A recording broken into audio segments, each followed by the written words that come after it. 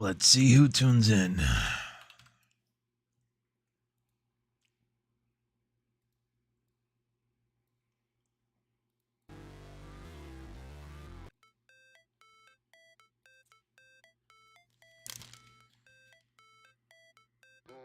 What up, Chris?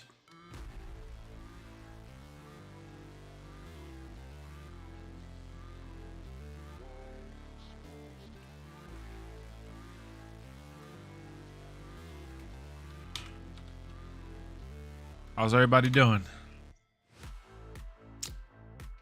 What up, Harlem?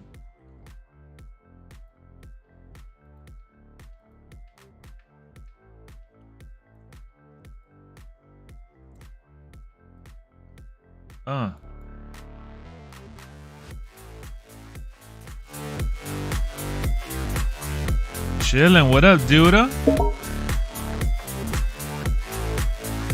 What up, Jose? What's up, Doc? What up, Straight Edge?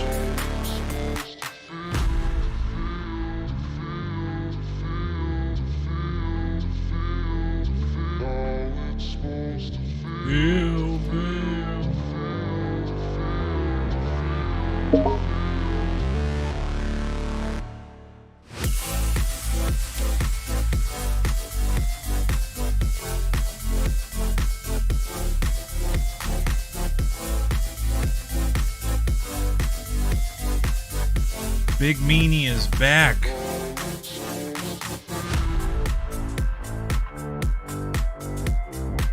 Yo, Junior. What's going on? What's up? Yeah, I saw it, JJ. I saw it. What up, Jeremy? What up, Abraham? Guys, we're going to be jumping into episode 2.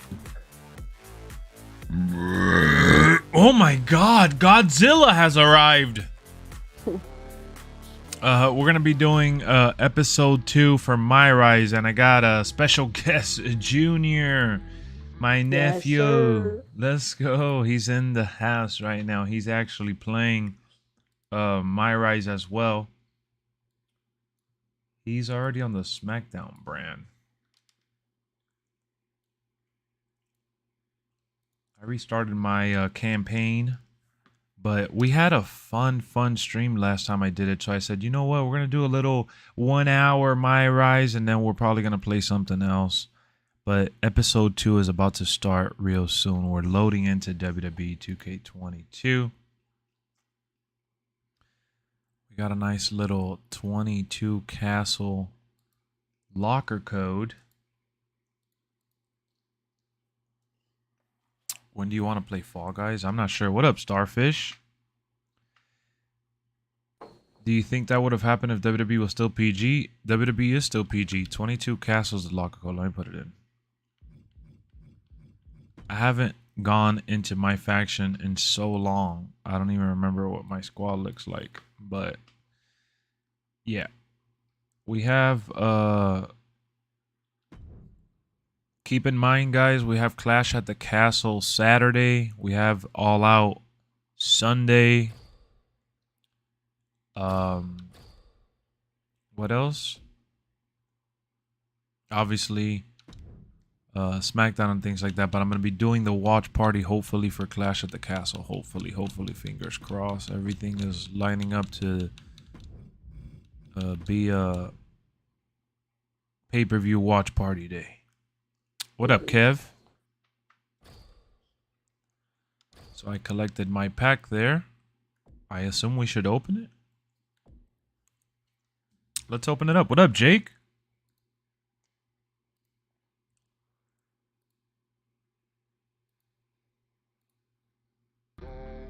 Supposed to fail. So, guys, it's been a while since I've opened anything in my faction. I haven't gone into my faction in forever, even with the DLC. I don't even know what these packs look like. But Clash at the Castle is this coming weekend, and they have a locker code, 22 Castle. I just put it in right now. We're going to open it and see what we have. We have 5 unopened packs, 3 of them came from the Clash at the Castle 22 Castle code. 2 of them were Superstar packs, which are Garbanzo. Then we got the Series 1 Forged. We also got the downloadable ones, but that doesn't count. That's not part of the code. So don't want to confuse you guys.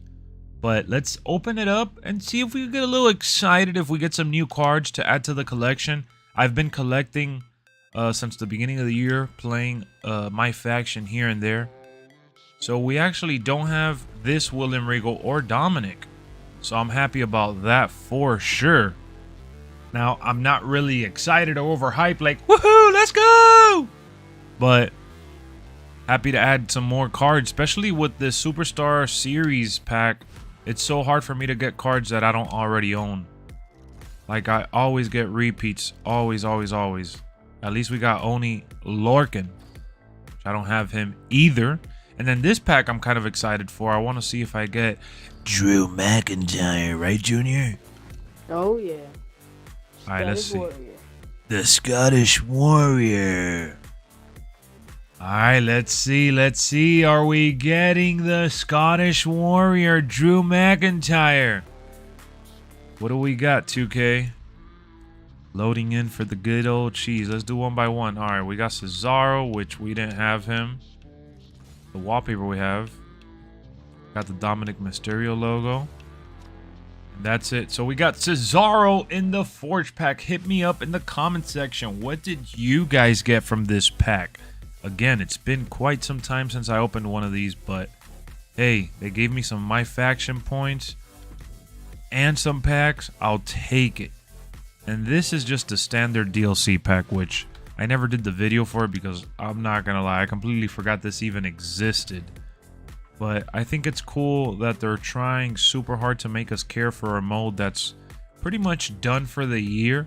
But I'm excited to see what they do for this mode for 2K23. Hopefully they don't make it too much pay to win. I will see you guys in the next video for My Faction. Let's go. That was for the video, guys, not for the live stream. The live stream's not over. I just recorded that segment. What up, Marco Mania? What up, Lil Knight? What up, VJ? Solid promos and everything. You think he comes out with Broken Dreams? I think so, bro. He's been hyping it up. What up, Gabe? Anything good happen on Raw? The Riddle and Seth segment was really good. They had some nice promos, some back and forth. There was some good spots. The Bobby Lashley mismatch was nice too. I wish we could use some of the stars from my... Oh yeah, in the main game? Yeah, My Faction. Do you think we might be getting War Games soon? Like in real life, you're saying? It could happen. It could definitely happen. Where's Raw? I mean, I think they've all been good, bro. Overall, like, I'm not super overly hyped. Like, everybody's acting like every show has been off the chain amazing. I don't think that's been the case. They've been good. And for a 3-hour show, it's been very much watchable. But you know, I was talking about that with Brian today. Brian was telling me, oh yeah, people are saying that SmackDown hasn't been as good as Raw. I think they've been alright. Yeah, he dropped some F-bombs and got blurred out. Or beeped out, should I say. You know what sucks about these packs is that I already have cards that are way better than this. What wrestling DVDs you got? Not too many. I just rebought a 4-pack that has 4 documentaries. One for John Cena, Batista, Chris Jericho, and Randy Orton. And then I bought the greatest matches of Drew McIntyre. Raw has been a lot better. Yeah, Raw has been a lot better than what it was for a while. They've restocked in talent, doing some call-ups and bringing back some stars that got fired. And it's been very intriguing. What up, Julio? Yeah, the Mario costume. I got that Mario costume for the twins, Junior. That's why I have that. Yeah.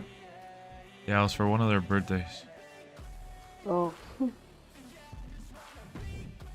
Alright, let's pause the music and jump into the game now. Let's see. Let me put the volume up here. Yeah. Yo.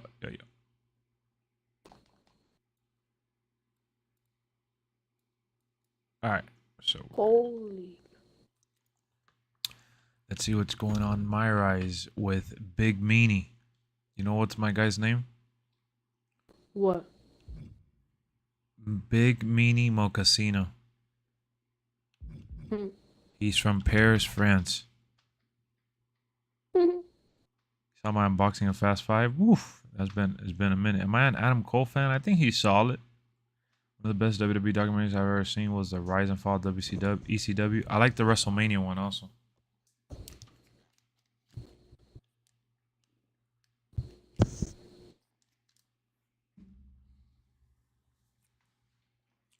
I've seen the WrestleMania one before. And it's pretty good. It's pretty revealing. What up, Jay? How's it going? Big Meanie Mocasino. Let's talk to Hector and see what Hector has to say. Hey, new guy, right? I'm Hector Flores. Welcome to the PC. I think I already talked to him last time. Don't call me new guy. I'm just saying Thanks. I'm excited to get going, especially since I heard you started last week. It started here, at least. I've been training in wrestling for years before this. Did I see the Ray A&E documentary? No, I haven't Are seen you them. from one of those famous wrestling families? No, where I'm from. I still gotta finish the Stone Cold one. Wrestling or football? Sorry, soccer. I chose wrestling.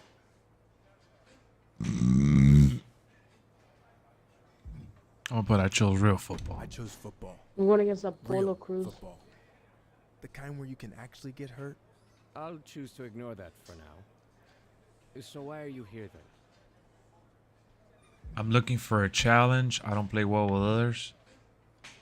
Football is a team sport, and I don't play well with others. Just ask. Let's see. Trying to be a bad guy. So athletic guy who can't control his temper wants to find new way to get paid. Is that about right? Yeah, that pretty much sums it up. That okay with you? I guess we'll find out.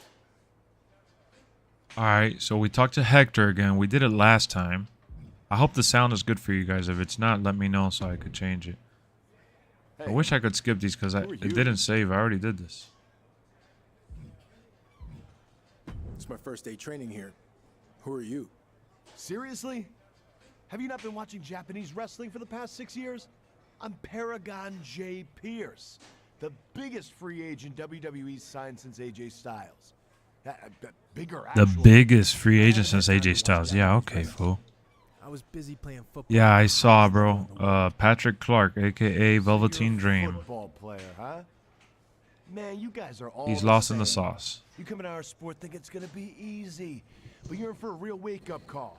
I don't plan on being here very long. They actually should have never sent me here to begin with. But I'm gonna take this opportunity to send you running back to whatever team you were cut from. Wake up, Junior. What's up? I'm over here fighting Apollo guys Cruz. I played against. Paulo Cruz, okay. I'm talking backstage to Lucky PJ man, When Pentagon. the whistle blew, Yeah, I couldn't punish that's them good. anymore. Last time I checked, there's no whistles here. Yeah, but there's a whole lot of wrestling rings, which you have very little experience in.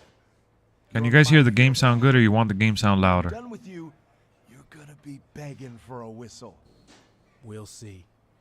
I said PJ Pentagon. That's funny. I didn't even call him by his real name.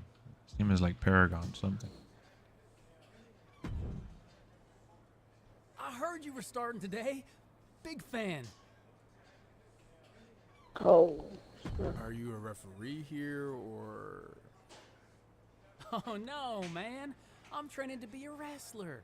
I know I'm a bit on the smaller side, but I'm actually crossing over from another sport too. I spent some time in minor league baseball. Really? Who'd you play for? Well, I wasn't a player. I was actually a mascot. Dude was a named Ribby. mascot But named I was Ribby. around a ton of What's guys. wrong with Chase? Oh, okay. Well, that counts for something, I guess. The best part of the job was they used to have indie wrestling shows at the stadium all the time, where I got to rub elbows with legends like Jerry the King Lawler. He found out I was training on the side as a wrestler and actually helped me get a shot here. Not that I couldn't have made it on my own. Wow. So that explains it. You're Lawler's charity case. It's not like that. I deserve to be here. You'll see. Sure. If I need He a does phone look call like to Jungle check in on Boy. you, I'll let you know. Whatever. I was gonna ask you to autograph your football card for me, but now I'm not sure He I does, will. VJ. He really does. Probably not worth anything anyway.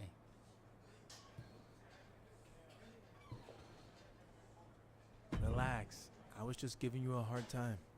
I'll sign your card. You might need to sell it after you get cut here. Seriously? I'm messing with you again. See you out there, Case. Messing with me again, right? What do you mean? You called me Case. What up, Dark Lord? My name's Chase. Good one. Oh yeah, totally messing with you. That's me. Yes, Full sir. of Just jokes. beat up Polo Cruz. Yes, sir. You're a beast. Good luck on your first day of training. Keep your head down, give it 100%, and trust the process. Just like what worked for you in football. Thanks, coach. But I don't know if all that worked for me in football. Otherwise, might still be playing. Stay out of trouble.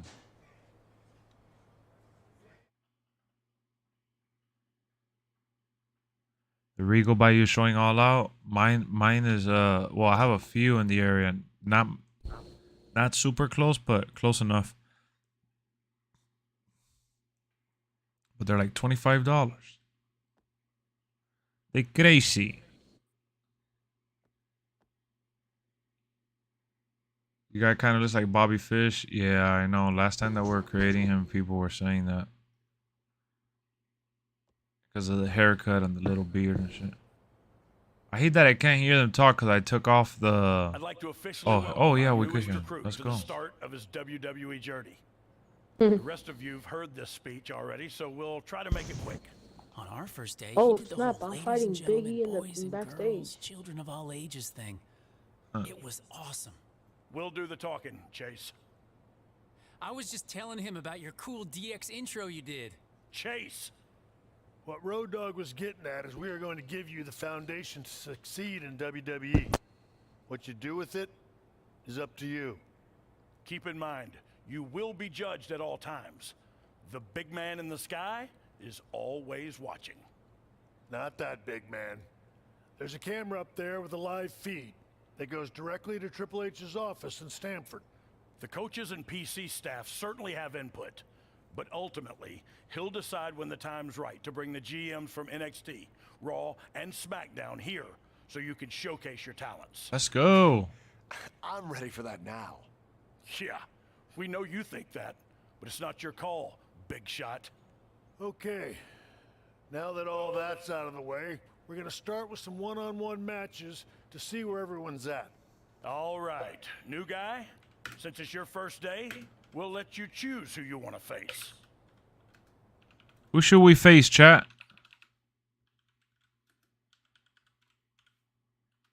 Who should we face? Paragon J. Pierce, Chase, or Hector Flores? I faced Paragon J. Pierce. Paragon J. Pierce? That's Junior's pick. Who do you guys think I should get? I'm thinking I'm going to go Paragon because he was so egotistical. That was a Yeah, good that's pick. exactly why I picked him, because he was talking so much smack. Jose said Paragon. Dark Lord says Chase. So we got 2 for Paragon. 3 for Paragon. All right, let's do Paragon. Jake says Paragon. VJ said Paragon. Okay, let's get started. Let's go for Paragon. Whoop his ass. Wow, you said Chase too late. Straight edge. Either way, Paragon got voted more. Little sleepy foolie.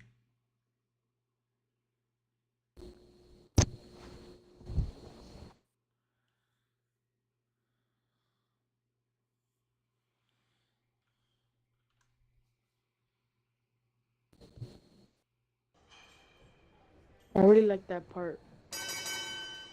Which on the NXT part? The part that you're doing right now. You remember it? Yeah.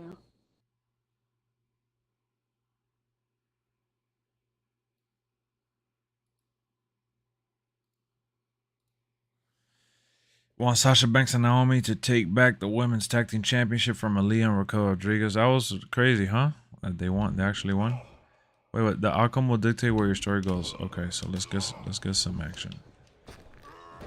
I'm a little rusty.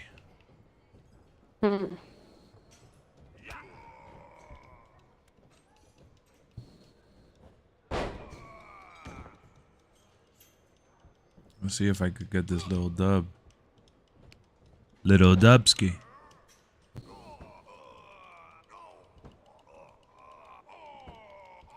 Oh snap, look at the lies. We gotta get him the beat down, David. We gotta get him the beat down. Guys, we're 5 likes away from 20, man. Just 5 away. Bro, he reversed that? I'm done. Holy snap. This hit Elias with his own guitar. That's disrespectful. Wow. No, disrespectful is what's happening right now. I don't even know why I think I have my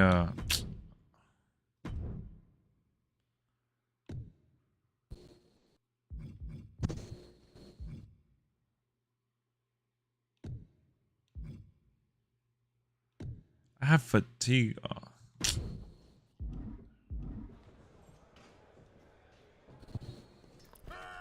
You Wow. didn't have to hear Elias.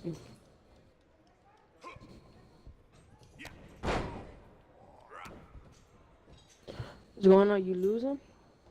A little bit. A little rusty. And I had my What did you make your character? like Roman Reigns. Oh. Athletic. You made yours a high fly, right? Yeah. Like Rey Mysterio. I know, Chris. Didn't straight edge. You hit me up telling me that too, right? And the referee actually counted. That was the referee's fault.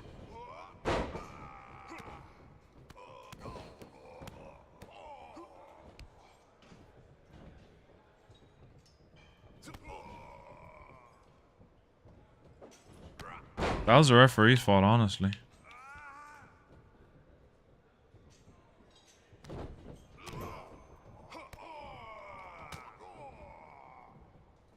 Ooh. Let's go. Little suplex action. Boom.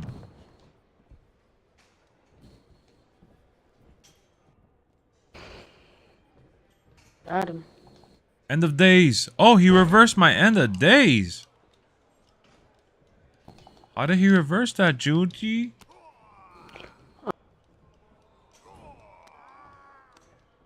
Junior, what happened?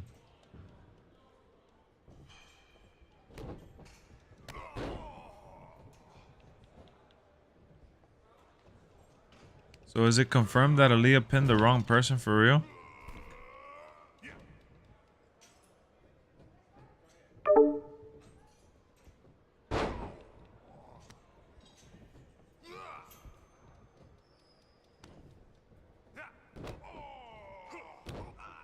Like, is that a fact?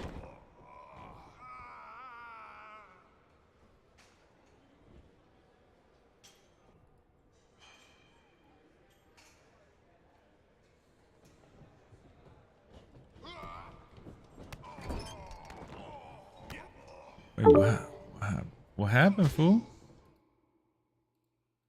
What's up? What happened? Hello? I don't know. It kicked me out. 3 likes away from 20. Nice.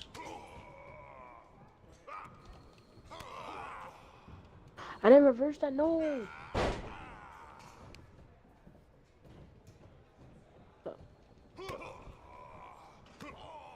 Let's see how many people said they liked Raw tonight.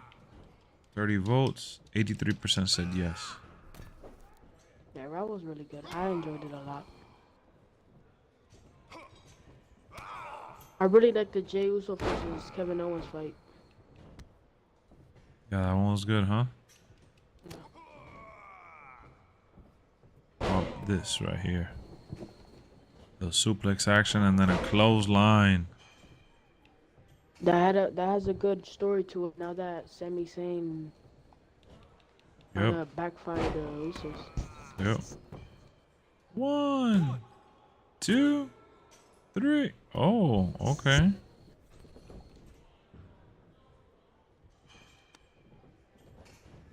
Wow, he actually reversed my finisher. You know, I had a little struggle. That fight was a really long fight for me. And it wasn't even that I was like losing by a lot. Like it was just like a really long fight. What up, Ronnie? Been a minute. Oh, he got up, but I still hit him. Come on, man. That's baloney right there. 1, 2. Did I see the guy who got shot? No. Who got shot?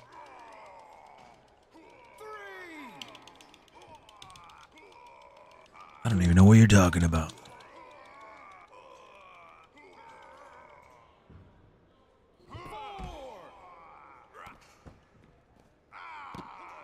Bro. Bro. Let's go. You won? Yeah.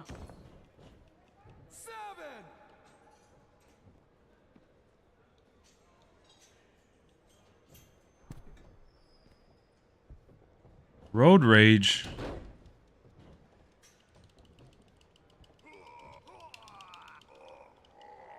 Road rage, really?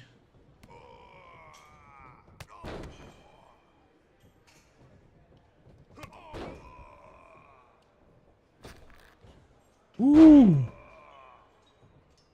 That's that Mark Henry move right there. How did he...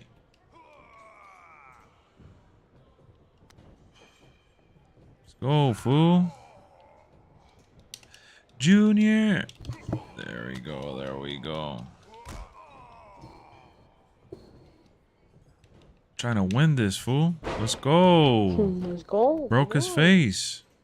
Yeah, hi. 2, 3. Let's go.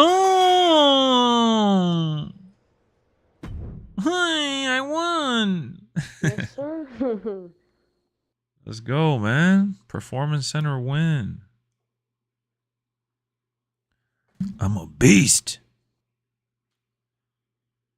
I'm a savage.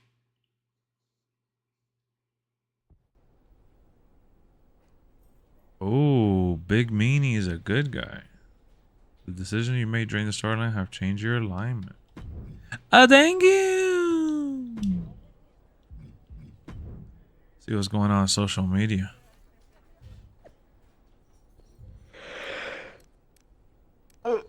Why you sleepy, bro? Who am I going against?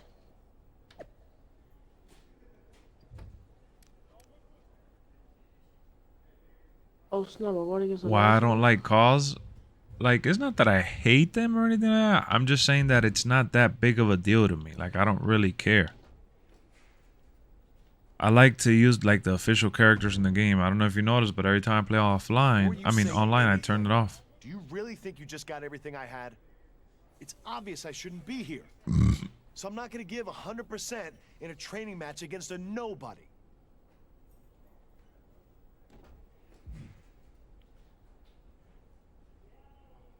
Boom! Backbreaker. Cool. Is that what you're gonna tell Triple H? Because he probably What up, wanted an Levi? explanation for why the hottest free agent signing since AJ Styles just lost to a Gutbuster.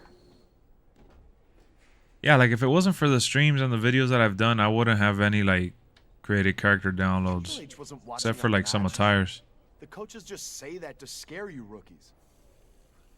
You think so? Because I'm pretty sure after I beat you, I looked up at the camera and saw it zooming in on me. Probably Triple H wondering who this rookie was who just showed him they're wasting a crap ton of money on an overhyped bust. Face me when it really counts, and we'll see what happens. Face me when it really I counts. think it already did, and we saw what happened. But I'm happy to give Triple H a replay anytime. Let's go. Can't wait for your AEW build up and a gameplay. Oh yeah, man. It's gonna be fun. I think it's gonna be cheesy, you know, it'll have its bugs and its things that we need to get used to, but I think it's gonna be cheesy, good old fun.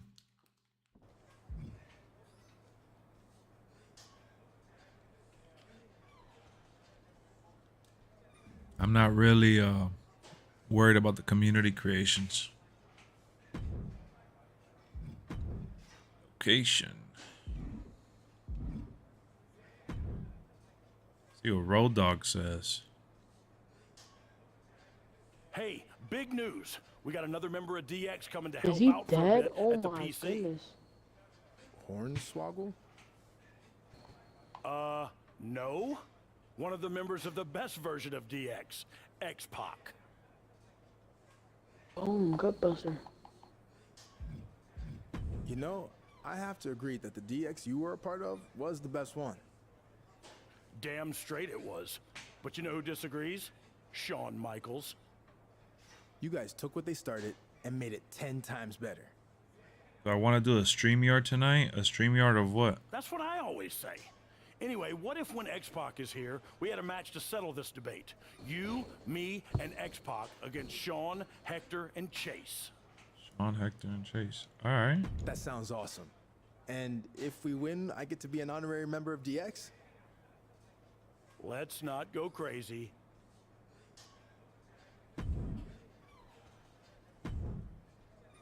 All right, let's confirm it. What's going on, Mason?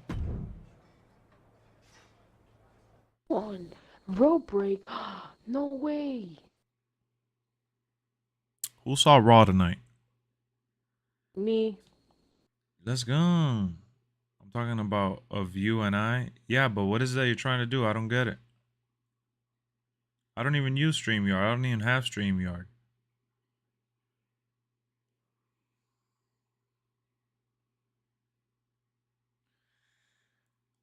WWE's interested in Braun Strowman. I saw that they're interested in bringing him back. Let's go. I mean, it was always a matter of time before they brought him back, even Vince McMahon. Are you into chatting with people? Yeah, in the chat and in the live stream. I'm live streaming now to chat with the chat. Chat away.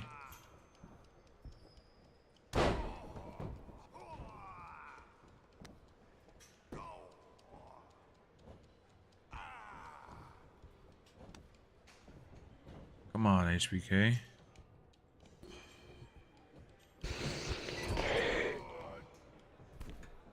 Damn, Junior, getting a little tired, huh? Oh no, my controller's about to die. You didn't put it to charge? Wow.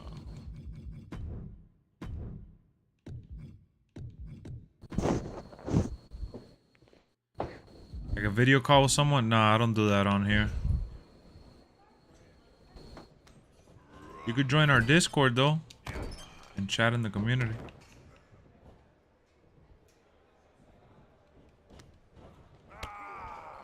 What the heck? Junior, you gotta see my guy. I'm looking at the stream right now. Did you give your guy tattoos? Nah, I didn't. I gave mine You like gave 3 yours tattoos. Yeah. Bro. One on each arm and one in the back. Oh wow.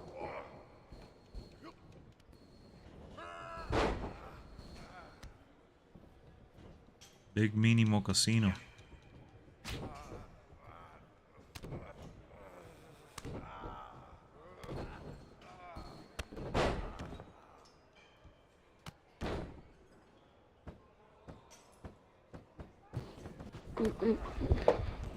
Yo guys, listen to Nightball. Drop that like if you haven't. Let's get it. While we whoop on HBK. Join me on Discord. I'm talking about for like after the stream. I have a community on Discord. If you like talking about wrestling, movies, music, games, whatever, on Discord, everybody talks about all that. And exactly, why would I want to join or download an app called StreamYard if you're already chatting with me on here? Think about it. Oh What snap! I'm doing a tag team match, I think.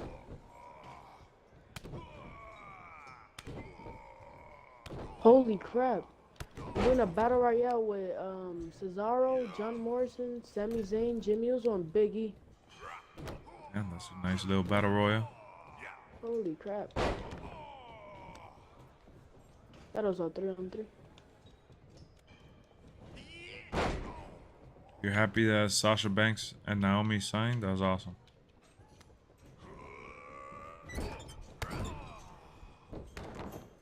Let me see, Straight Edge, the picture you sent me. I tried seeing it on my computer and it wouldn't show. I have to see it on my Xbox. You said you made black hair dashing Cody Rhodes. Wait. That ain't Cody Rhodes. He's too big to be Cody Rhodes. Little cheater. Big E has been eliminated. Well, you could see me on here. Mason is the same thing. You could chat with me on here.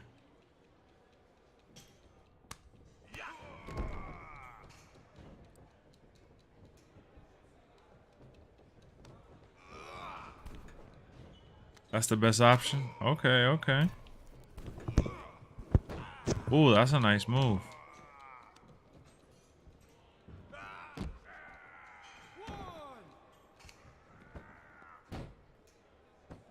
And AJ Styles teased joining he teased joining Judgment Day? No, he didn't. Did he, Junior? Nah, I didn't see that. I don't think he did.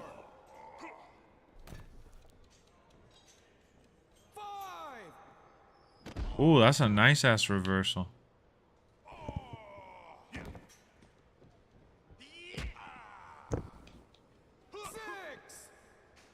Oh, snap. Maggie's out of here. I can see how you are, but you... Yeah, but it's okay. At least everybody gets to chat on here. Let's go. We won by count out. I gotta change the settings so I could see the fatigue and stuff regularly. I forgot I took it off for a video. So it could look real. Holy crap, they're going at it. This is a good match. One against Jimmy Uso right now. Drew McIntyre.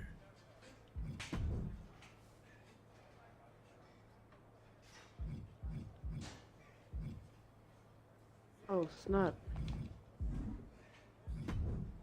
No! I'm stunned.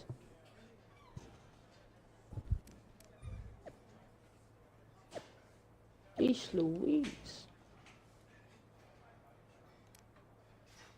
No, he wouldn't. And you're not in college anymore. You're in my world scoreboard.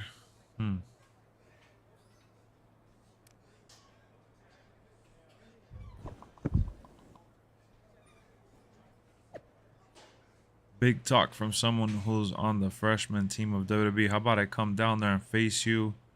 Football style match. Whoever scores the most points in 10 minutes wins. Get him out Deal. of here. What up, Chaston? Who you talking to? You're a drummer? That's awesome, Mason.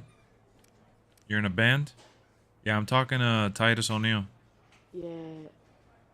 It was really annoying going against him. All right, let's get it, man. We about to go up against Titus O'Neil. Who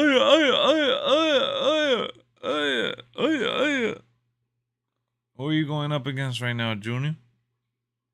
Right now, I'm going against Jimmy Uso for the Battle Royale match. It's just me and him left. Oh. I got everybody else out.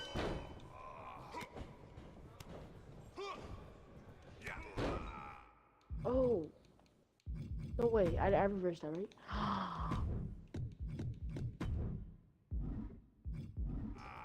Not in a band? Nice. Well, at least you play the drums. WWE better not have Bianca Belair, Asuka, and beat damage control. Well, remember, Bianca is the champion.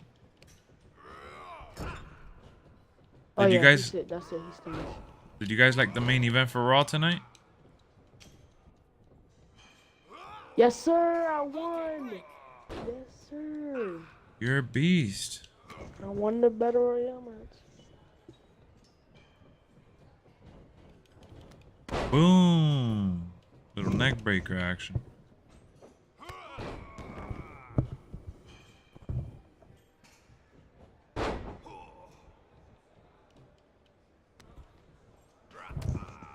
Little neck I'm breaker. playing the bad guy role. Trying to be the bad guy now. Everybody likes me though. Everybody cheering on.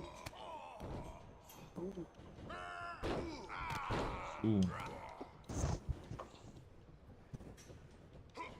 Little reversal action here.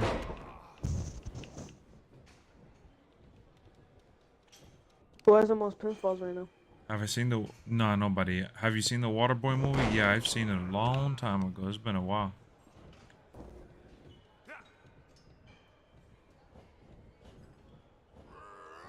You're number one in the Rumble? Alright, Byron. Little cheesy ass neck breaker. Boom. Close line now.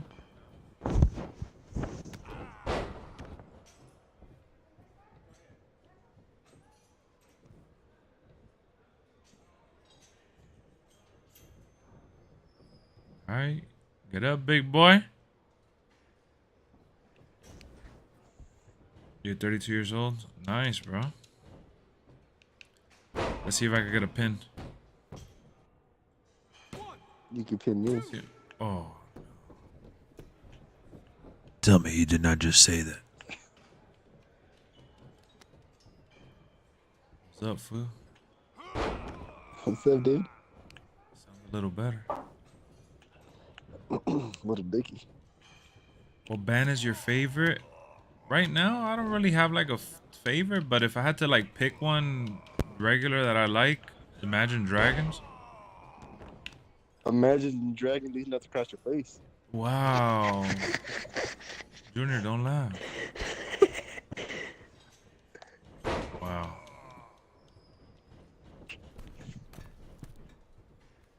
There's really none that are active right now, honestly. Everybody's singing their old stuff, really. My favorite is 3MB. That's the best band. How could I ever forget? I'm just one man band. Got a family to feed. Yeah, Imagine Dragons. They're awesome.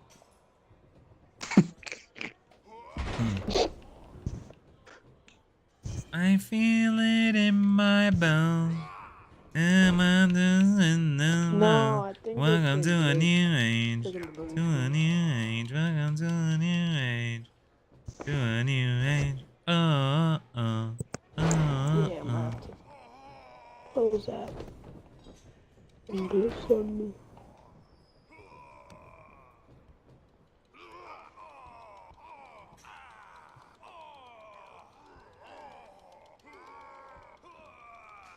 We're not gonna collab with Doritos.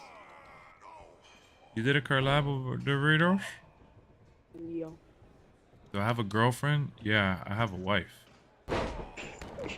I'm married. And a boyfriend. Wow. Don't make me blush. His name is Conejo Mal. Jalen Rooney. Beefaroonie? His name is Conejo Malito.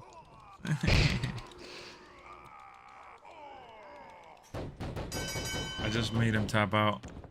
Oh, but it's... Oh, yeah, one faller. Wow, I know you were thinking about something to say when I said that. I'll tap out for you. Next week they're in Detroit. Are you going to go, Byron? Byron Saxton? Bro, what happened, bro? Bro, he's beating me. What food do I like? All kinds of food. I don't discriminate.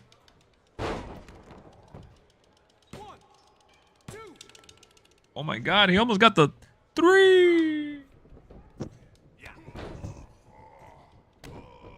Oh, you saw that RJ Barrett contract? Yeah, that shit was crazy. You don't even gotta be a winner anymore to get paid. That's awesome. What? Barrett's a good player though. No, he is. He is. The Knicks are just not. They're improving though. I gotta give them props for trying. They got Jalen Brunson at least. I mean, if you think about it, he's the best player on that team. Yeah. I'm talking about RJ Barrett. Yeah, no, he is. He is. He is. And he's just getting better every year too. Like he really is getting better every year. No, bro. I mean, they had to. Somebody else would have given it to him. So, exactly, yeah. I was just kind of surprised they did it so early. Most teams wait. Yeah, that's what shocked me too. Most teams wait until that contract is At the end of the is life. expiring. Yeah. Yeah, and supposedly from what I read, Wojnarowski said that they put an ultimatum on the Jazz. Either you accept our trade offer or we're extending him. Damn. And Jazz didn't commit, so they extended him. As far as I know, though, he's not a part of the trade. Yeah, I don't even know why they would even put that stipulation on. Snap, I'm a good guy now. You know the Jazz actually want this other guy, Quentin Grimes. Bro, the guy they drafted. Yeah. Like last year though in the draft. Is he Rick Grimes' brother from Walking Dead? What up, Ronald?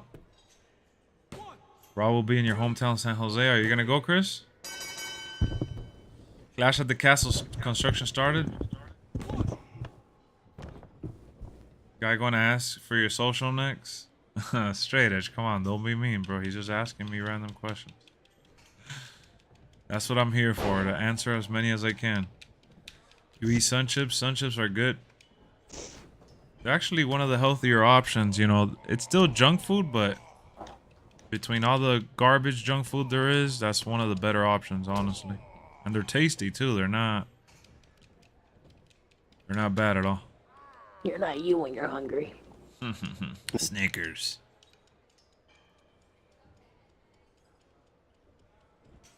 Good title, so I'm trying to act tough.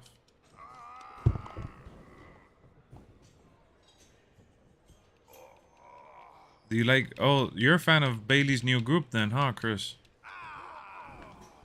I like honey garlic chicken. Oh, Ronald, you're just trying to get me to say it. You're just trying to get me to say it. See what you did there, Ronald. The stage is gonna be a castle, more than likely. 1, 2, 3. That's kind of like when they did WrestleMania in Orlando. They did the little roller coaster in the back with the little globe, trying to look like Universal. Favorite wrestler? Yeah, they did it. Favorite wrestler? Stone Cold. Right now, Roman Reigns.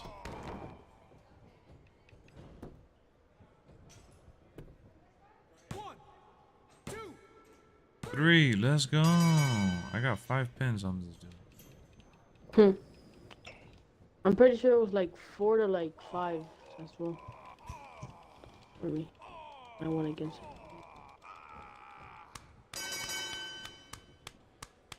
You like the Rey Mysterio, Doc? Me and my son Dominic.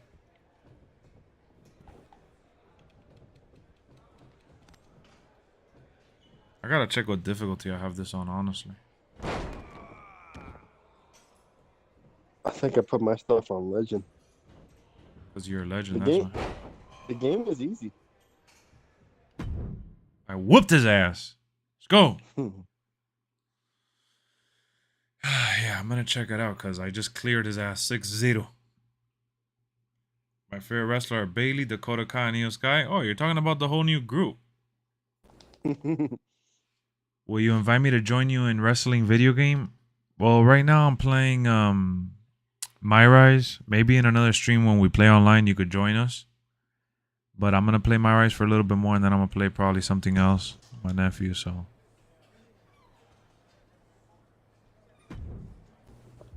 Let me see. Let me see what difficulty I have. Oh, I do have it on legend. I'm a beast. Just a beast, man. All right, let's see what we got. We only got 13 points. Oh no, my generation, me, come on. Let's turn it on. My favorite women's faction is Control. I mean, there's no other women's faction, honestly. Every time I look at New Day gear, I think of Rocco's Modern Life. Is that what they're trying to go for?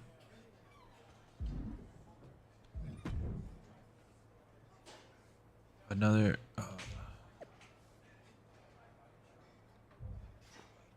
Thanks for the invite to the PC, Road Dog. Always happy to pass my knowledge to the next gen. What you passing, them cigarettes?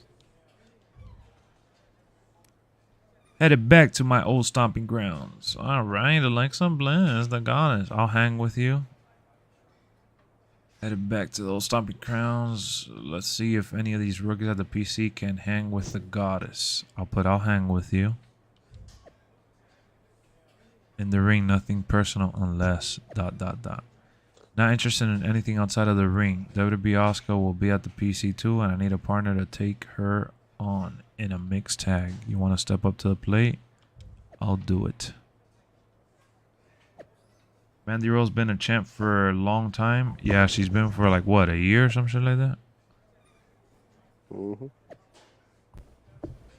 That's great, man.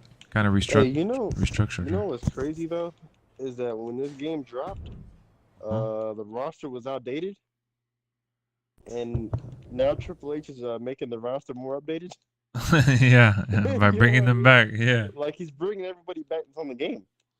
Like at one point, Dakota Kai was gone, Dexter Loomis, fucking Braun Strowman might be coming back. Like the whole roster was outdated. Karrion Kross. Yeah, Karrion Kross, Gargano. And his, now you feel like they did a DLC within the game. You're like, wow, they're here. They're bringing everybody back. It's crazy. Like the roster is now updated now. What up, Chase? Yeah, that is funny. I mean, they're literally bringing back the whole roster. No, he is. Raquel Rodriguez and Aaliyah don't deserve to be women's tag champs. Nah, I don't like their combination, but I like Raquel Rodriguez, so it's just like a little milestone for them. I mean, the people that you like, Bailey and her group, they're in the main story anyways. They're the ones fighting at Clash at the Castle. That's why I told you guys, man. We've talked about it on stream. It's not being sexist or anything like that. Look at what's at Clash at the Castle. It's the 6-women tag match with Bianca. Like, Bianca's title's not even in the line. And the tag titles are not even at the show. They didn't even have the finals at the show. Like, those tag titles are good in between filler space. It's not really like they need to be prime time, which is like crazy that Sasha and Naomi felt like the title was being disrespected because, you know, they gave them the championship to give it meaning. Just like when they gave Brock Lesnar the Universal title, which was a made-up belt that came out of thin air. They gave it to Brock Lesnar a bunch of times to, you know, give it meaning. And I talked about it on Discord. I know there's people on Discord from the community that enjoyed the damn main event tonight, but I thought it was, you know, super whatever. It was all right. It wasn't a big deal to me. They did all the fireworks at the end and shit. I was like, I don't know. It's a bit much. Like, come on, man. Aaliyah pinned the wrong person in a roll-up pin and won the belt. That's crazy to me. How does that even happen?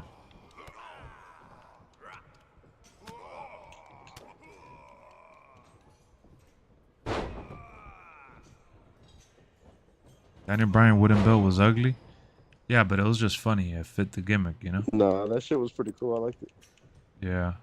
It was cool that he did something super, super out of left field and different with it, you know? It brought me back to the era where, you know, custom belts were a big part of the story. Like the Stone Cold belt and the Rock, John Cena. John Cena, hardcore title and all that shit. The U.S. title. No, not so much the hardcore title though. Well, the But I hardcore, wish, the hardcore I wish title they would was bring it back because the hardcore the title. hardcore. Yeah, because they have the 24/7 champion, and I thought that was gonna be a new version of the hardcore title, but no, not at all. No, definitely I, became the I love joke title. the hardcore title back in the day was awesome because you know you had to defend it at any time. You know, I you get loved attacked how backstage. I loved how it was the old school belt broken into pieces with like tape on it and shit. Like the Oh, eagle, the it original eagle. represented. Oh, you talking about the original, like Yeah, which belt? The original hardcore belt or what? yeah. It was the broken. It was the big eagle belt, but it was broken into pieces and it said hardcore with a piece of tape on it. Mm, Like in the late '90s or something like that. I don't even remember that. I remember the belt that you're talking about. I didn't recognize the eagle on it. Yeah, it's if you look at it closely, it's the original belt, just broken into bits. Thought that was a pretty dope idea. Oh no, you're 100% correct. Yeah, I'm looking at it right now. Super nice. I know when I was a kid, I didn't notice it either, but when I got older, I looked back at it and I was like, holy snap, that was such a good idea.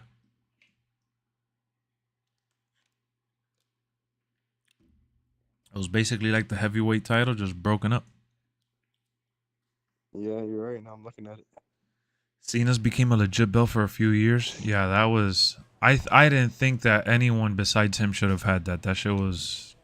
It fit his character and what he was going for and all that, but it looked like a monstrosity on everybody else. Like, it was a cool concept for him personally. Like, every time he won it, he should have had it. You can hang anytime, Lexx. Let's go. Who's sliding in my DMs? Hey, it's Coach Sean. Let's see what Shawn Michaels says. You don't have to say that. I can see it's you. I don't know how these things work. Anyways, good news. We've decided to reward your hard work with a non-televised match on NXT. You want to do it, right? Don't want to rush my debut. I appreciate the opportunity, but I don't want to rush my debut, whether it's on TV or not. Surprised you turned it down, but respect your decision. We'll let management know it's not going to work out, Coach Sean. Heard you stepped up to represent your alma mater against Titus O'Neil. Keep it up, Coach Sears. Look at Chase. Chase is writing to me like if he's Marco. Hey, bud. There's an indie show in town tonight. Want to go check it out? I don't know. Don't want to get in trouble with the coaches. It'll be fine. Let's go to the indie show. I did it last time too. It was like a hybrid between current belt and like the big gold belt. Yep, it was. I love the championship The Rock revealed when they first... Yes. Yeah, that one was cool. The one that The Rock first revealed was pretty cool. I mean, not that the one... I don't have a problem with the one that's now, but the problem is that the Universal and the WWE look exactly the same. It's just different color.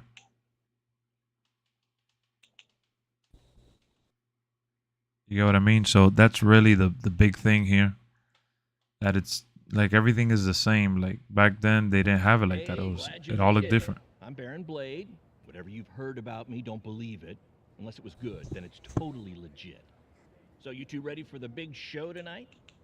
Yeah, can't wait to check out all the matches. I'm sure you'll be able to watch from the back a bit, but I don't allow wrestlers in the audience. Unless it's a lighthouse and we need to beef up the head count, but that's not the case for tonight. Especially after we blew up on social media, saying two future Baron Blade, huh? superstars were competing. Wait, are you saying we're in a match? Yeah, I sent Chase a message about it. It said, bring a friend to the show, need more matches. Chase, what the heck, man? To be fair, the one other time we met, you talked nonstop about how much you loved collecting matches from restaurants. What's up with Laredo. Chase, bro? Trying to get me in a I match. guess me bringing some from several different local The ECW belt on Bobby Lashley was clean. Yeah, that one was good too. Oh, The silver one was a joke. thanks. Which is funny because the silver one is all Matt Hardy claimed. I didn't want anyone to know we were here, and now we're going to wrestle? Not my problem. And like I said, it's already out there on social media, so What's you up, Junior? well go through with it anyway. You Yeah, should what's I up? see you're dozing off, bro. into your gear, though. No way, man. I don't You're, have any you're gear. starting to fall I thought asleep. we were just here to watch the show, remember? Oh, come on, man. You always bring your gear. Rookie mistake. Just wrestle in your clothes, I guess. What are you Remind talking me to about, never man? listen to you again. How would What's I be able up, to remind you Juki? if you're not gonna listen to me again? The Juki hammer. The worst. Let's see what's going on here. Little Performance Center. My favorite belt definitely has to be the one that The Rock had when he was in the corporation and shit. The giant eagle that was like within the belt and it was a circle, like a circular middle or whatever. Stone Cold had it too. I like that one, and the WCW World Heavyweight title that Booker T brought into WWE. They call it Big Gold. Those are my two favorite right there. Triple H needs to throw away the 24/7 championship, bring back the Hardcore Championship. Yeah, bringing back the Hardcore Championship or giving it another name at least would be dope. No, they should bring back the Hardcore Championship. I would love that. I would too, but if they're not gonna make it hardcore, then people are gonna complain about it. You know, why have it called hardcore if you're not gonna make it hardcore? So if they come up with the hardcore concept where they do backstage fights like they did back then with trash cans and Kindle sticks and shit, that'll be cool. Good idea to have those matches randomly throughout the show in between transitions and shit.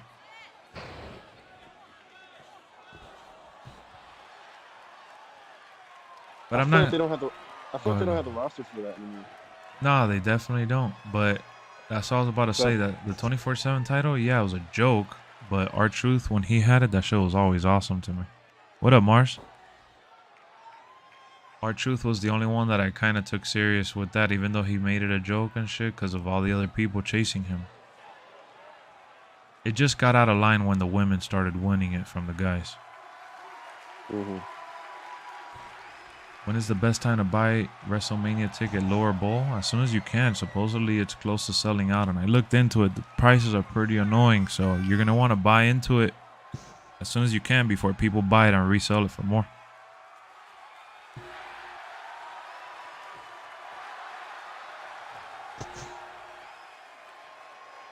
Why do you say that, Chris? Why do you think that Bianca Belair, Asuka, and Alexa are the reason she won? What? I'm actually fighting Chase here? Damn, I keep forgetting to put the freaking... You know, you were talking about your favorite looking belts. Yeah, what's up? And it took me a little bit to get it. My favorite belt was the European Champion. Oh, that was a cool one too. I like that belt a lot because it had like the little flags on there and shit of all the different European countries. Yeah, I like the old Intercontinental. The one that black China one, won. yeah. That's the one that I like too. I like that one I too. remember the European Champion, William Regal had that a lot. Yeah, he did. That was his belt. It was. You know who has it's called the, what is it? I think North Atlantic or some shit like that. In AEW, it's North American, right? No, they call it, that's a NXT. But in AEW, they got one called, I think, the something Atlantic, and this dude Pac has it, which is Neville from WWE. He won the tournament for it. I've never liked the Cruiserweight belt. Even when they did 205 Live, you know, the performances that the people were doing in the ring was good, but it still wasn't worth watching. At least to me, I never cared about it. When they put Enzo in there, that's when they made it a little bit more tolerable, but... Which belt? The Cruiserweight. When it was purple, it looked cool. No, it did. I like the original one. The original Cruiserweight belt was really cool, though. Back when it was actually in WWE. I remember like Rey Mysterio had that belt. And was a whole division at that time. Yeah, but it had people that are like became Hall of Famers like Dean Malenko and shit. Yeah, Eddie Guerrero. Yeah, bro. We don't have that deep of a cruiserweight division. No, they don't. I mean, I can only think of a couple right now. Yeah. But even the guys that they have right now, they're not even top talent guys. And it's funny because some of the guys they ended up putting on that show were actually like really good in NXT and shit. It just didn't go nowhere, bro. Like, cause Neville's impressive in the ring and shit, but it just didn't go nowhere, even when he was like the dominant cruiserweight champion. Yeah. Didn't go nowhere, bro. I'm gonna get off. What? You're gonna go to sleep already? Yeah, man. I knew it, bro. I knew you were dozing off, dog. I called it. And I asked him a bunch of times before I went live. I told him, "Oh, are you sure? Are you sure you want to do the MyRise stuff?" And he's like, "Yeah." And I'm like, "All right, I'll stream I it." did a lot of it. Oh, you don't want to play anything now? Are you done for sure? You fell asleep, right? No. Nah, be honest. Stop lying. It sounds like he's I lying. did it. Wow, what a lie. I can't believe you're gonna lie to me. Wow. Just admit it, bro. I didn't fall asleep, man. If you tell me the truth, then you could get off. I didn't fall asleep. Wow, that's why you had your mic on mute, because you were like... Alright, bro. What a sellout, bro. We didn't even get to play Fortnite. Alright. I'm done. Okay. Yeah, you're the one that told me that you were going to play this. That's why I got on it. Wow. Wow. Alright, peace out, sleepy foo-foo. Peace. Yeah, he sold out nasty, Ronald. He sold out nasty. What? Nah, it's all good, bro. He sold out, bro. I'm done. Nah, I'm done. You're done. Yeah, I read it, Byron. They're saying Vince didn't like tournaments. He had enough tournaments in his lifetime, bro. He did King of the Ring. That was a full-blown tournament, and he's done 1,000,000 tournaments. Alright, I'm out of here. All right, good night, Bobble. See you Peace out. later. Bye. Peace. You know what's funny, bro? It's so funny, Byron, that you would say, oh, Vince didn't like tournaments. Vince didn't like this. Bro, Vince has been doing WWE programming since the early 90s, bro. And he's been doing wrestling with his dad since even before then. To say that he didn't like tournaments when he's done plenty of them is ridiculous to say. I mean, Stone Cold was born in a tournament. Come on, man. Now, to say that his perception on tournaments changed through time and he wanted to do it less and less, you could say that as he got older. That's a valid statement. But to say that he hated tournaments, it's a stretch, bro, because there's so many talented wrestlers that came from tournaments. I mean, Xavier Woods won King of the Ring like, what, a year or so ago? Maybe 2 years now? I don't remember exactly, but it wasn't that long ago. Selena Vega won Queen of the Ring. And Corbin was one too. I think Sheamus had won one.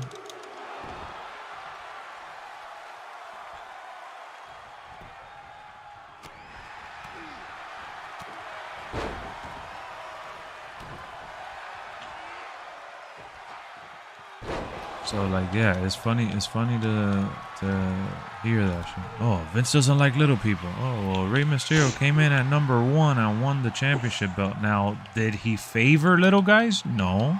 You had to be special to get his attention. Does he prefer the bigger Brock Lesnar's? Oh, that's without a doubt. There's no arguing there. But like, hate is such a strong word. You can't, if he made a tournament enough times for it to be popular with fans and for fans to remember good memories from those tournaments, then I don't think it's justified to say that he hated tournaments. At least in this particular conversation. I remember growing up and seeing a good amount of tournaments. Now, as of late, I can't really say I've seen a lot. But I mean, back then, we were just talking about the hardcore title. Back then, wrestling, you know, they didn't do the whole ECW gimmicks, you know, where they went full up, like bleeding every show and like doing a bunch of crazy stuff. But they did, you know, we got a good amount of that in the early 2000s and the late 90s, and even I would say even before the whole like PG era transition and 2008s and stuff, like early to mid 2000s, we got some good matches. Even when I went, if I'm not mistaken, was it when I went? I don't remember when it was exactly, but I saw Shane McMahon bring out like the trash can to do the coast to coast, and you know, I remember growing up seeing Shane McMahon do that shit like almost every time he was in the ring. Like he brought out the trash can, the Kindle sticks, and all that bullshit like every single time. I mean, Steve Blackman used to come out with a Kindle stick all the time. So like back then, WWE was more hardcore for sure. I think what happened to Vince though. Go ahead, my fault. No, you're right. During that era, like that 1998 to 2003 or 4 era. Yeah, you could say around that. That was the peak. There was a lot more hardcore wrestlers. You had guys like Raven. Oh yeah, obviously. exactly. All those guys came over. Raven, Rhino, Tommy Dreamer. Hardcore Holly was already there, but him, yeah, Hardcore Holly, Dreamer, Crash Holly, Sabu came through as well. Exactly. Yeah, RVD. Yeah, exactly. All those guys, and bro. And then you still had, you know, guys like Mick Foley. You know, just the Hardys. You know. Oh yeah, the Hardys, exactly. There was just much more. Well, look who it is. There was a bigger reason to have that belt at that time. I guess you saw what happened. I feel like if they were to bring the belt now, it'd be hard to find somebody on this current roster that would be able to really hold it like that. Yeah, like give it the significance that it had or that it even deserves, because it's gone away from it. But like, I could say that now Vince is. Go. Somebody like a Sami Zayn. 100%, yeah. His character's kind of his character's kind of crazy, you know. All over the place. I don't know. I just it's funny. I feel like we keep cutting each other off. Nah. Go ahead. I'll let you talk. Nah, go. Is I feel like obviously I don't watch it as much as I used to the product. Yeah. But I feel like ever since Dean Ambrose left, Sami Zayn has kind of picked up a little bit of his characteristics as a heel. Yeah. That was my last point. It's all good, bro. No worries. For me, no. I was ready for this cutscene to end. Did that shit on purpose? Nah. If you're gonna say something, go. Yeah, but what I was gonna say now. Go ahead. So like right now, like, you know, people would go ahead and say, "Oh, Vince McMahon hates hardcore, or Vince McMahon hates bleeding, or Vince McMahon hates weapons, and all this." And I would say, yeah, he went away from it. But if you look at what WWE has done, in terms of their product, they've tried basically protecting the wrestlers, almost like overprotecting. I mean, Daniel Bryan said that he was happy and the money and everything that they were going to give him now with his re-signing was perfect. The only reason he didn't do it is because he felt like they were going to hold him back from doing the moves and the things that he wanted to do. And he feels more free with AEW because AEW is going to allow him to do the crazier stuff, because they'll allow him to take those risks, because they'll give him longer breaks. In WWE, most of these guys, you know, and men and women, they barely take breaks, and WWE doesn't want them put doesn't want them putting the line more than they have to. Like when I went to that Sunday Stunner house show that wasn't even televised, I saw Drew McIntyre versus Sheamus's henchman Ridge Holland, and they were in a street fight. They brought out candlesticks, they brought out chairs, and they brought out tables, and they broke the table. And that match wasn't even televised. So these people, you know, they put their body on the line enough, and they get worn out even at house shows on the weekends and shit like that. To the point where it's like, if you make the shows with these same characters that are featured hardcore, you know, the injuries are more than likely gonna happen. That's why even back then, when you had the hardcore guys, it was a selective group of people that were willing to put their body on the line. But WWE went away from that business because they wanted to focus on other elements than, you know, making these stars that they depend on to put their body on the line to that extent. So is it fully justified? In a way, bro. They're protecting their health, but at the same time, as fans, you do want to see them take some risk, at least at some pay-per-views and shit. And that's why occasionally you'll get surprised, you know, with a trash can bin, with a sledgehammer, with a... Look at what they did to Drew McIntyre last week on SmackDown. They blasted his back and even cut him open on the top right of his shoulder by his wing.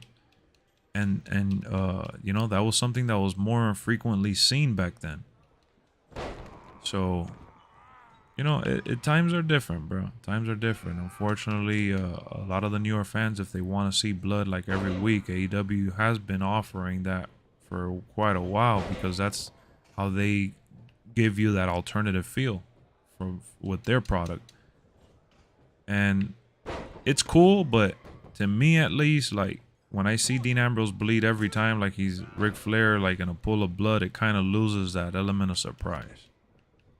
It almost becomes like a roll, like you roll your eyes, because I feel bad that they're actually going above and beyond to bleed for us and shit, right? But like I saw the Chris Jericho and Eddie Kingston match, and this dude Jim Cornette, that he's been in the wrestling business for years, he was doing a video breakdown and he even paused it.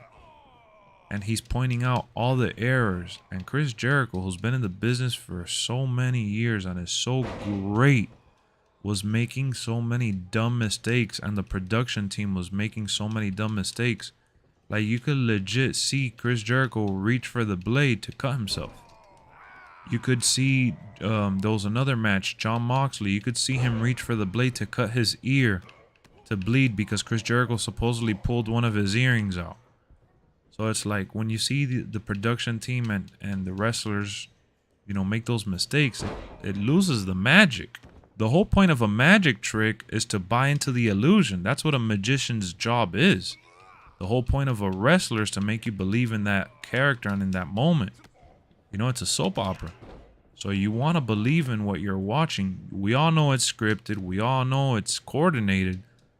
But we all feel how real it is, and the best of the best are the ones that make you feel that realism, and they kind of blur the realities and shit. But you know, it is what it is, man. There's people that love that shit. Every time they see somebody bleed in AEW, they freaking get a boner out of it. For me, it's like, it really depends on the situation, and that's how, like, I can't control my emotion. It's not like I'm picking and choosing which person bleeding to like. You know, like when CM Punk, I think it was against MJF or whatever, he was bleeding like crazy. I thought that was a pretty wild, you know, scene. It was pretty wild in general. Hadn't seen CM Punk bleed like that besides UFC and shit like that, obviously, but hadn't seen him bleed in wrestling in forever. And to see him in a crazy ass match like that, that was dope. Like even Darby Allin, he's one that I really appreciate the crazy stunts that he does. He's crazier than Jeff Hardy ever was, doing all sorts of dumb shit. But it's for our entertainment, and he lives for it. He loves putting his body on the line. He says it, that's when he feels like he's in his zone. But WWE doesn't want Ricochet to do stuff like that, even though Ricochet is more than capable. Because let's face it, If Ricochet lands wrong, like he'll tweak his leg, or he'll end up, you know, getting severely hurt. And WWE is not in that business anymore. They want everybody to be. It's like a wild circus, bro. That's what the wrestling business is. It's a wild circus.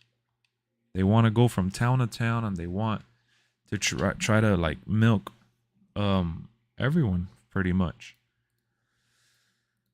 So it's wild, and it's funny that this conversation even stemmed from saying that that Vince didn't like tournaments, but you know, he probably didn't anymore, or didn't care for them as much anymore. He didn't feel like it did anything for him, but he still did them from time to time.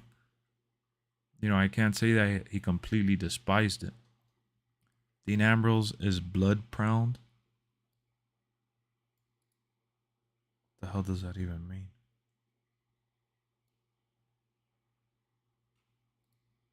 Is that even a word, Jalen? Is what a word? Proud. He said. Chat. He said blood proud. But prone? Maybe prone. Oh, he's probably means prone. You're right.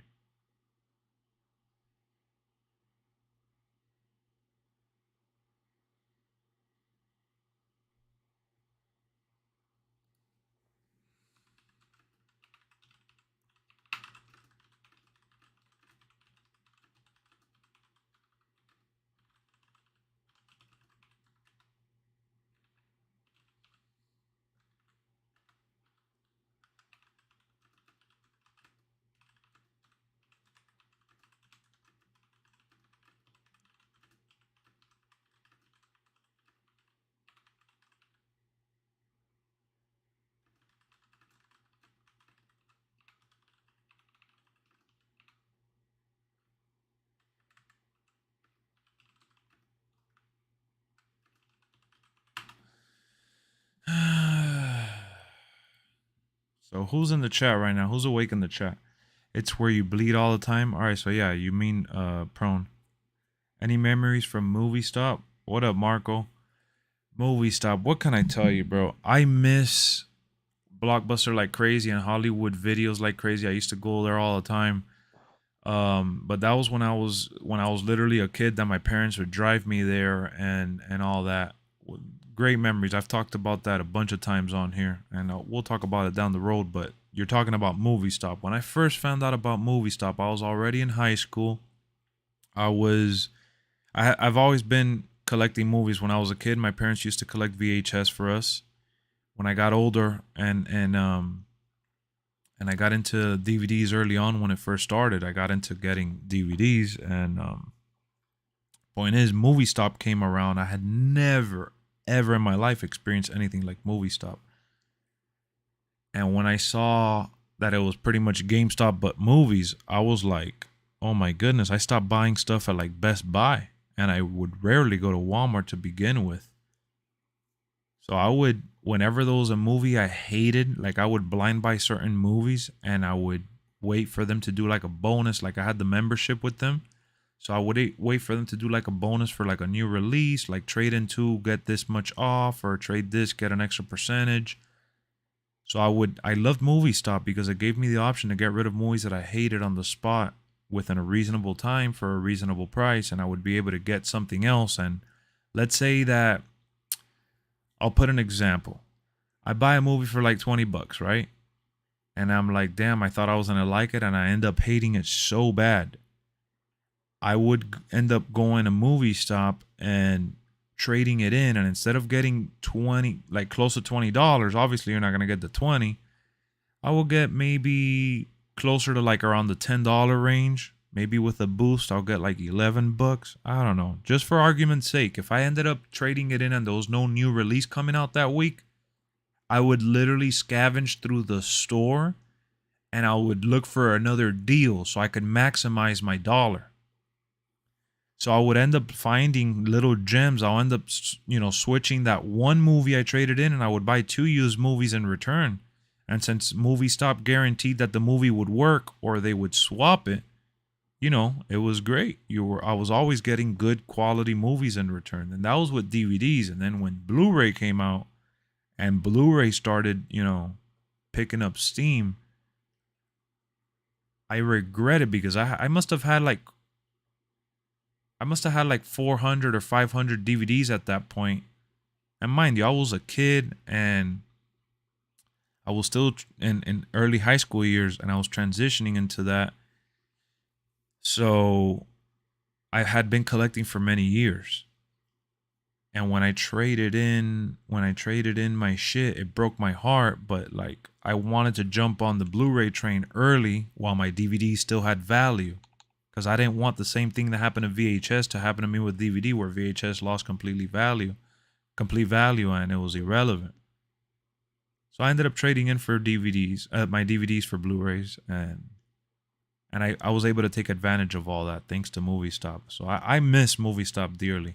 I would still be going every week or every other week. And then most recently, I found a store that was called CD Trader in South Florida. It was the only dedicated physical media store that was like Movie Stop, but they did CDs and games and movies. And their movie section wasn't robust or anything crazy, but they did get a good amount of stuff. So I ended up going there, and my first gaming computer that I bought in 2017, it was thanks to like a combination of selling them games and movies from my collection, and I got a ton of money. So yeah, I really miss those kind of stores. There's no store by me like it, and I've looked, believe me. And I kind of like, I'm a little jelly because my wife's dad lives in North Carolina, and we've gone like 2-3 years in a row already to visit him. And every time we go to this store that's exactly like Movie Stop. It's exactly like Movie Stop, and I love it.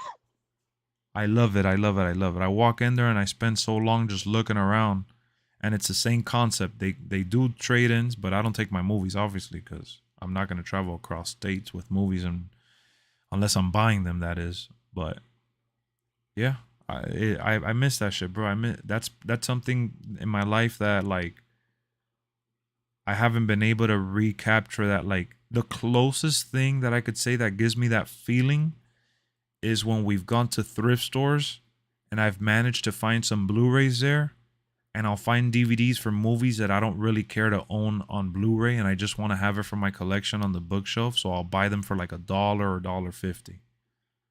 And they have to be like in pristine shape. I don't buy movies that are like loaded with scratches. If they have like scratches on them, I don't even bother.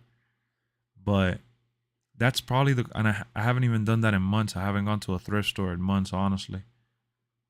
So like, that's probably the closest experience that I have to that thrift store hunting now.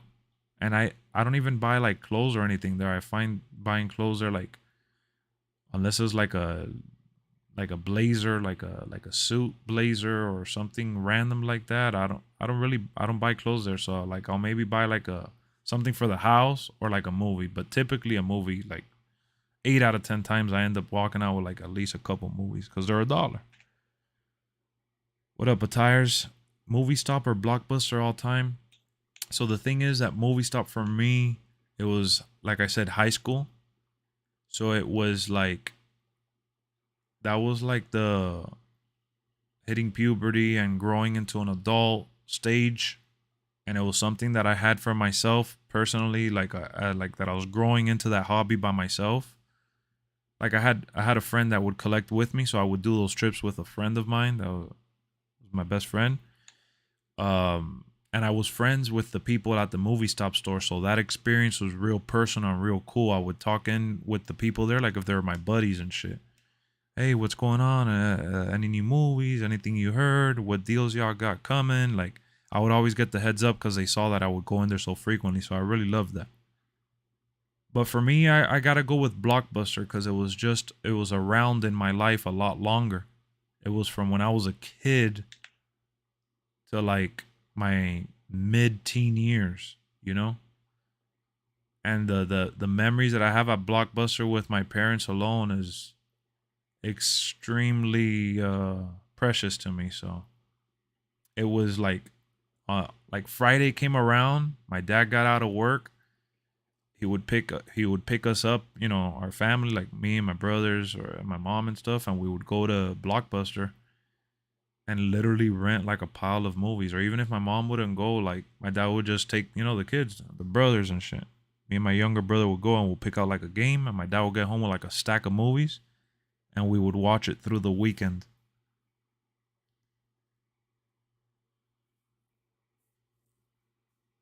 Dominic T's joining Juggernaut Day. Yo, Byron, you really are on something tonight.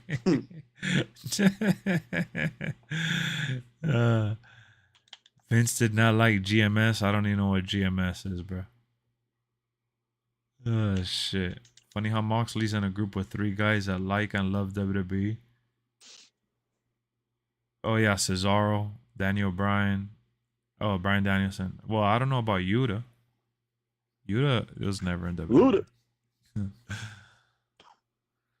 you think life is all about movies, DVDs, gaming, and WWE? There's real issues going on in life. You never talk about that stuff. Why? I was midway through that shit. You and were I was, having a good stream. we had to get one at some point. Look, bro, this is an entertainment channel, all things entertainment. So everything you listed prior to the real life issues is like what the channel's about. The real life issues are in real life, and that's where people handle their business, and that's none of my business. And it's also none of my business to come on here and have any kind of agenda politically or religiously or any, like, you know, pot stirring divisive conversations are to be have on your own personal time, not on here. What up, Sammy? How's it going, bro? What up, Vanda? Vince did not like general managers. Oh, man, that's another myth. Vince literally was a GM. Exactly. Not only was he a GM, like on the first have you ever seen the first episode of Monday Night Raw? It was literally Bobby the Brain Heenan getting into Monday Night Raw to manage.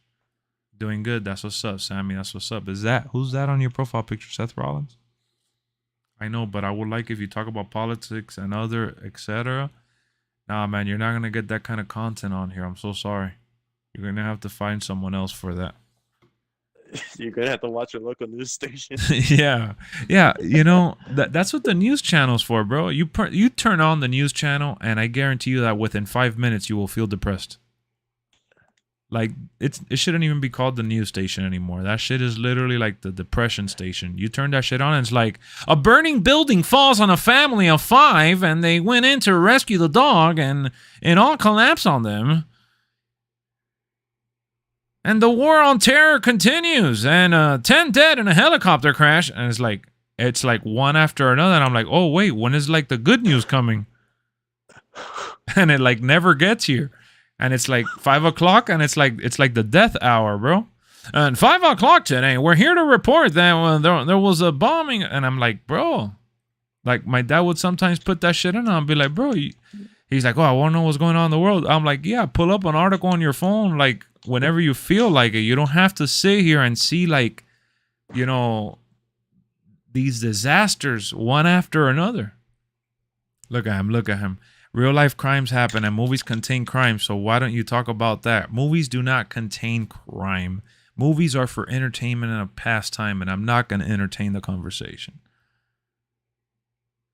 Kid got shot in a car near me. That's crazy straight edge. Yeah, man, I don't know. That's all that shit makes me want to shut down the stream, so I'm not going to shut down the stream right this second. There's no point in talking about that on here, bro. Like I said, you want to watch it? Watch it on the news. Watch it on go to yahoo.com. You could see enough of that on Twitter. Twitter's like, you can see all sorts of shit on Twitter, bro. You'd be surprised.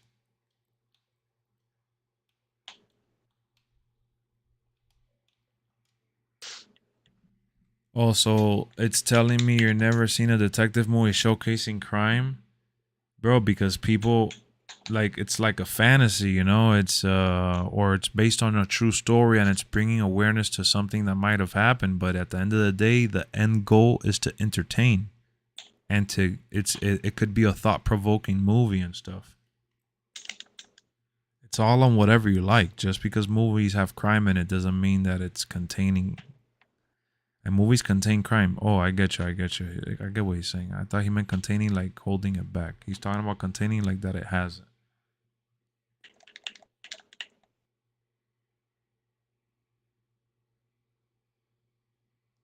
Plus, when have you really seen me go diving deep into any of those kind of movies anyways? Will Ospreay with quad joke about Nash are more famous than him?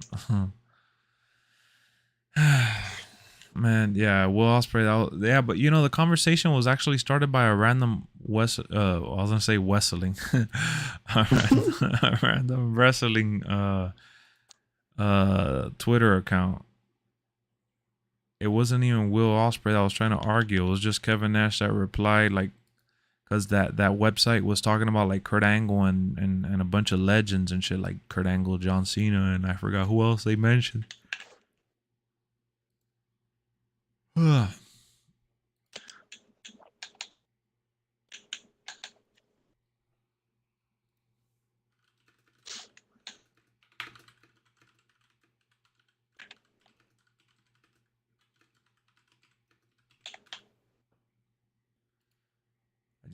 I got a shirt with egg eyes and bacon mouth and Rumbleverse. Oh shit, I just saw your message now on Twitter. That's funny, straight edge.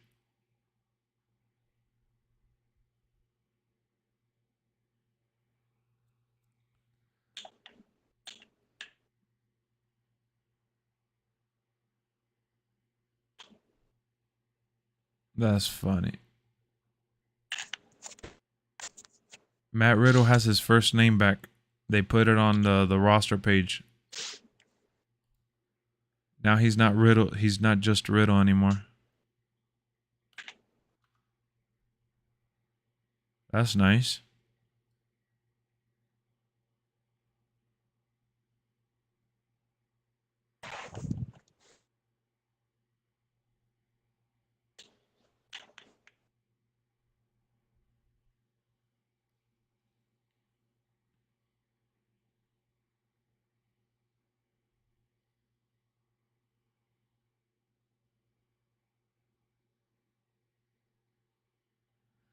Holy snap. Another flight on the plane, but the twist is that it was the two pilots.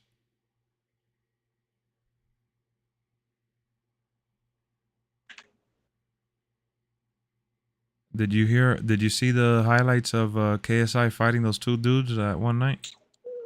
No. I saw this other guy, Deji, his brother. Yeah. Beat the other YouTuber. Yeah, Fousey. Yeah. Yeah. Fousey, Yeah. man, that guy keeps losing. Did Yeah. you see his post fight speech, man? Oh, for So Fousey? awkward.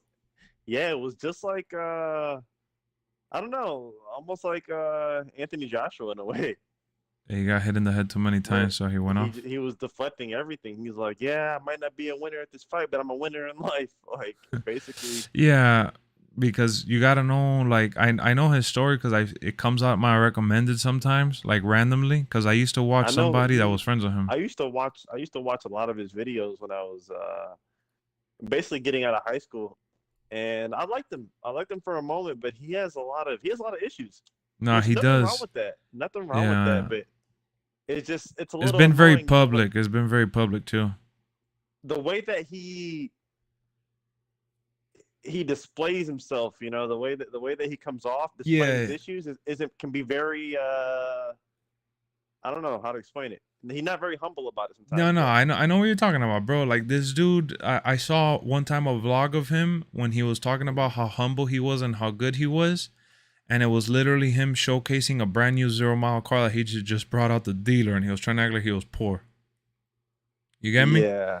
You can't say that you're humble and all these things and that you're grateful for the little things that you have and then do the vlog and literally showcase that you have a 0-mile brand new car, and he says, oh, you know, it's not really what I like going for, but you know, at least it's something to get around. Like he's talking about it like if he got like an old school station wagon with a wheel falling off. Mm-hmm. And he's literally rocking a 0 mile like modern day car and shit. Yeah. So like I already know what type of press conference he had by the way that you said it, because the thing is that he's been promoting, especially like for this fight, how he's been like drug free and like that he's been like on Zen mode and that he's a new version of himself and it's living his best life. But he's been saying this for the past like the new Fuzi. Forever. Yeah. This has been the new Fuzi. This Yeah. has been the new. He even called himself Rose for a while, that he wanted to be the flower of, I don't know, of love and peace and this and that. He had also said he would never box again, but now because of everybody making money off of it, obviously he got back in the ring. But because he said it, bro. He said it so many times. I've seen so many clips of him that have just, fallen my way.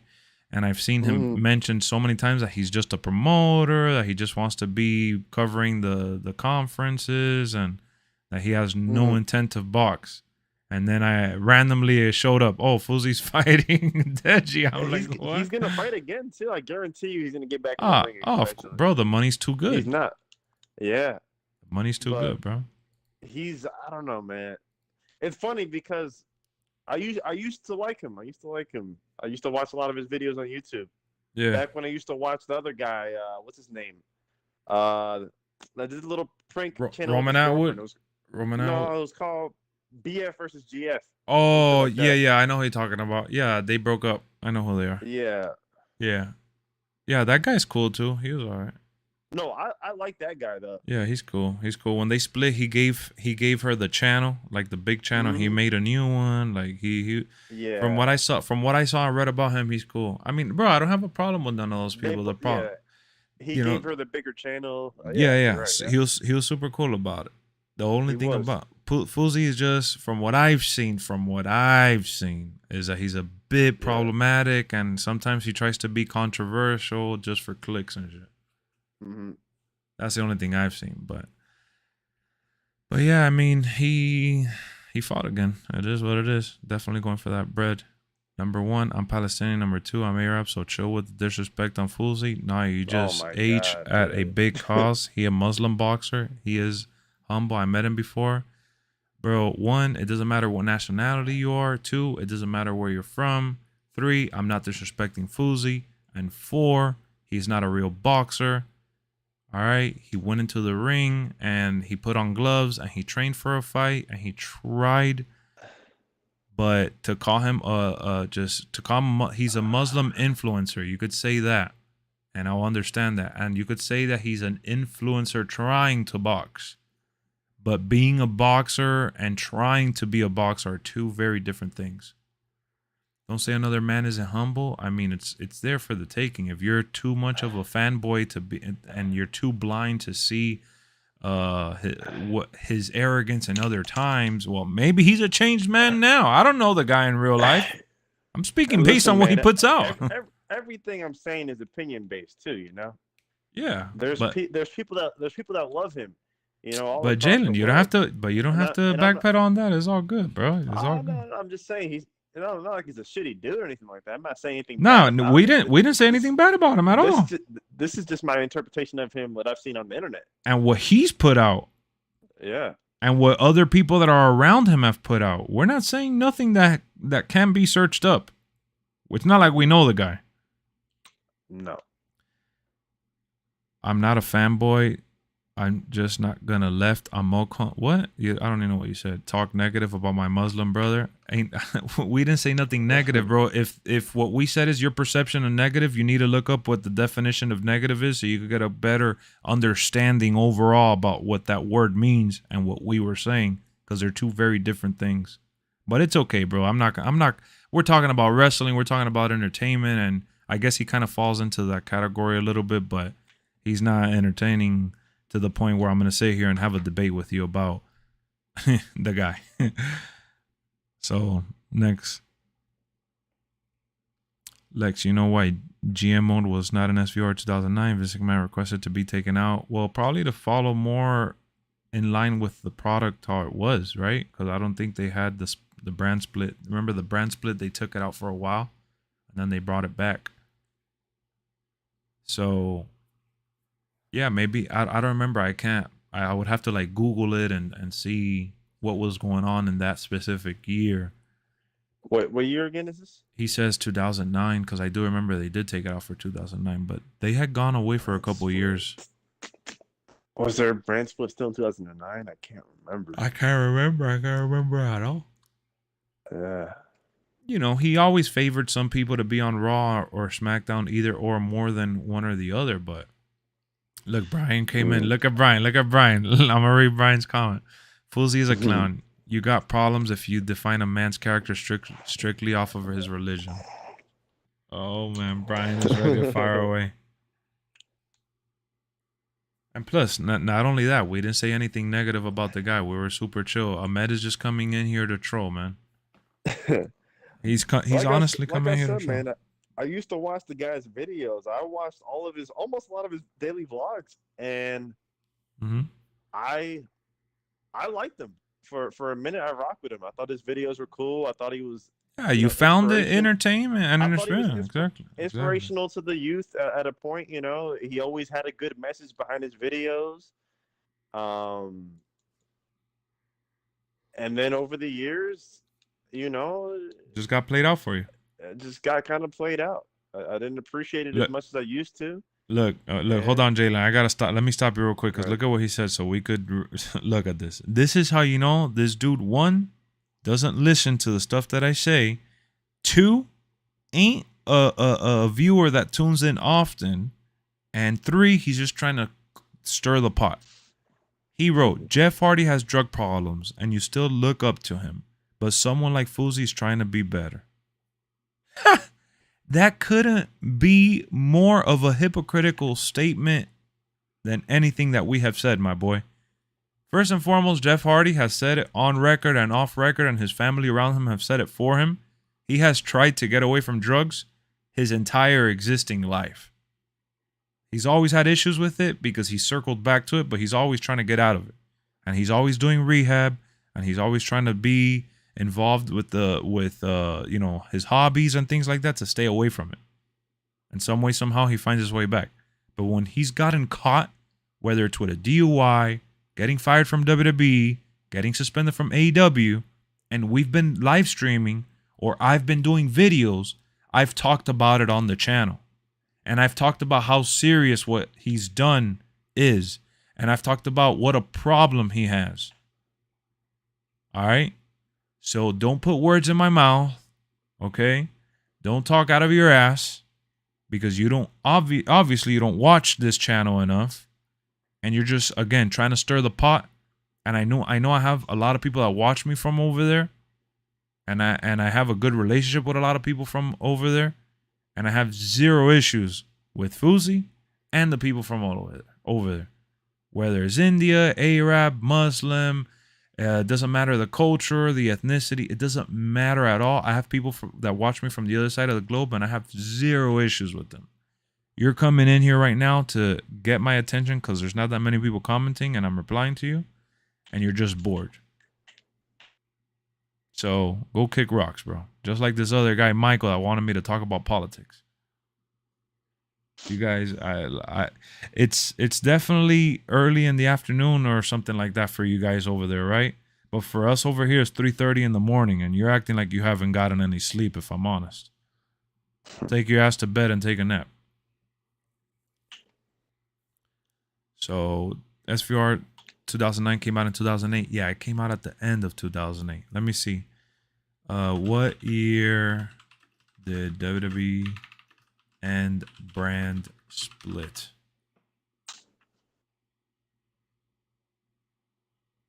The second brand extension went into effect 2016.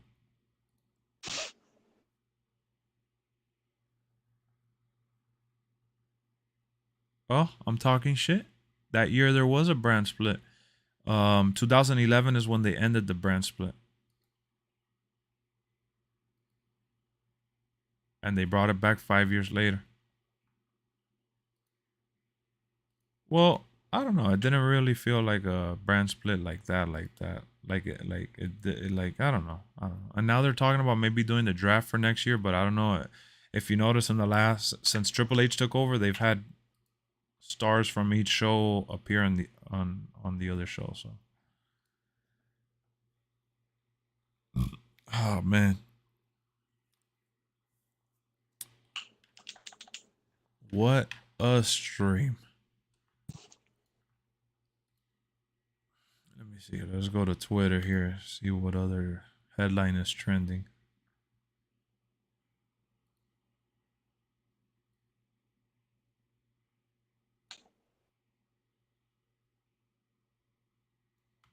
I thought it said Lamar. I thought it was Lamar Odom. It was Lamar Jackson. Football player. Seth Rollins. Somebody put a edited picture of Seth Rollins from the roster page, and instead of saying Seth freaking Rollins, they put Seth fucking Rollins. So, oh shit.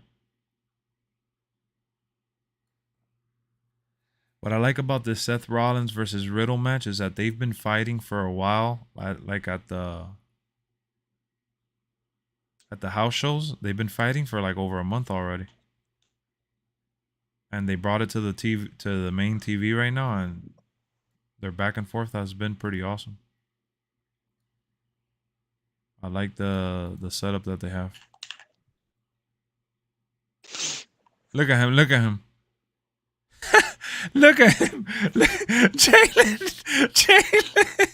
My bad. What's up? He said, I can just tell from the way that you act whenever a pay-per-view takes place in Saudi Arabia, you're the type to turn off the TV.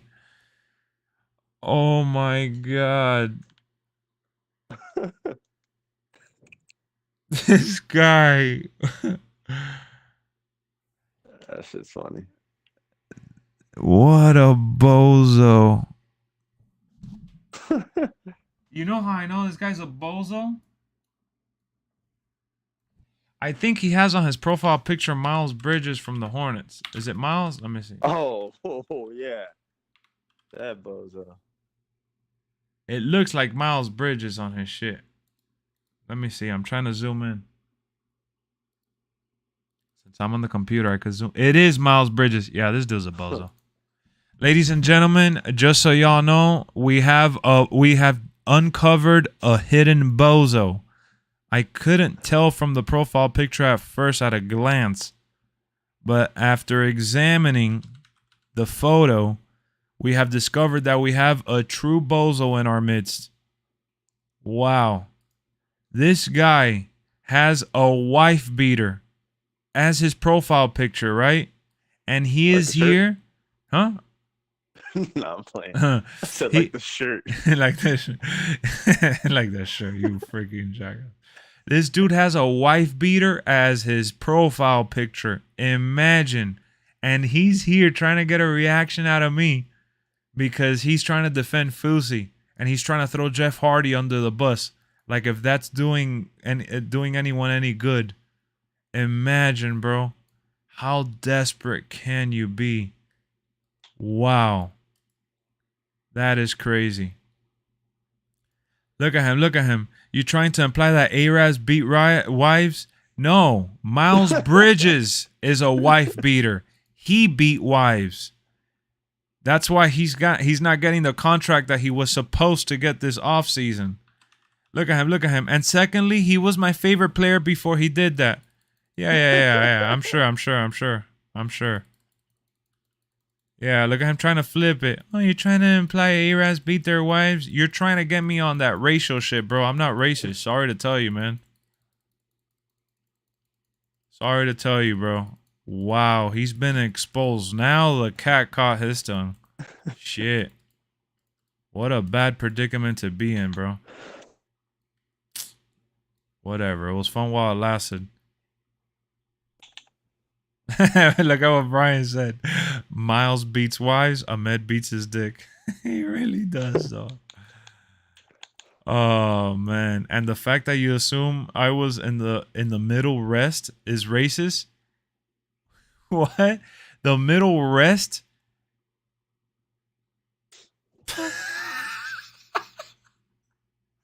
First and foremost, it's Middle East, and I didn't assume you were there.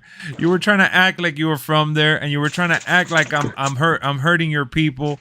and I'm hurting your gods. All right? And you want to put Fuzi on a pedestal and you want to put Miles Bridges on a pedestal, so be it, homie. But you ain't gonna make me look like the bad guy here when you could barely put together one sentence that makes any sense. So go kick some rocks with your boy Michael, who wants to talk about politics. You guys could literally get 2 rocks together and freaking build a fire.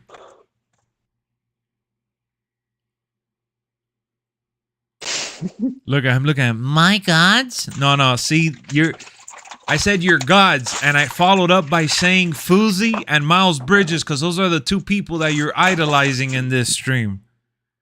I wasn't even referring to God like as a religious figure. I'm talking about people that you put on a pedestal, like godlike. And it's Miles Bridges and Fuzi. So go follow them, bro. And go kick rocks, like I said. Nah, I mean, Byron, yeah, you're saying that they teased it because of the Seth Rollins segment, but I'm from Saudi Arabia and and what? Yeah, I get what you're saying, Sammy. That what he's doing is a bozo. Yeah, Sammy. That's why I know. Like, I know that we're cool as hell. And you went to the Saudi Arabia show when they did it, and we talked about it on stream. And there's other people that are from over there that tune into the streams and the videos and are on Discord. And I talked to followers from UK and Australia and all that. That's why I wanted to just generalize. And I said everybody from the other side of the world, the other side of the globe overall. And this guy's coming in here trying to act. Now he's saying, oh, I'm from North Carolina. I live in Charlotte.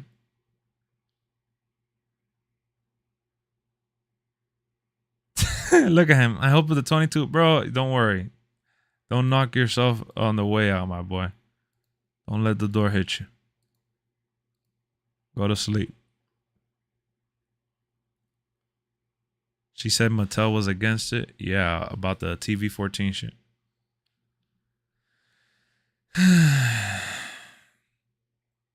How funny, bro. You're late a little bit. We already did a little over an hour of the MyRise episode. We're going to do episode 3 later this week. But yeah, we did the second episode with Big Meanie Mocasino. Big Meanie Mocasino was killing it tonight. Brought his A game. But it's okay, bro. Better late than never.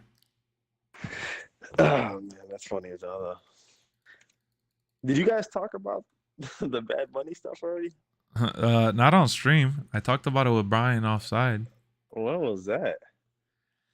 I mean, bro, like, so Madonna, Christina Aguilera, and Britney had done that like years ago, like, and I think it was at the MTV Movie Awards as well. So it's obviously to get attention.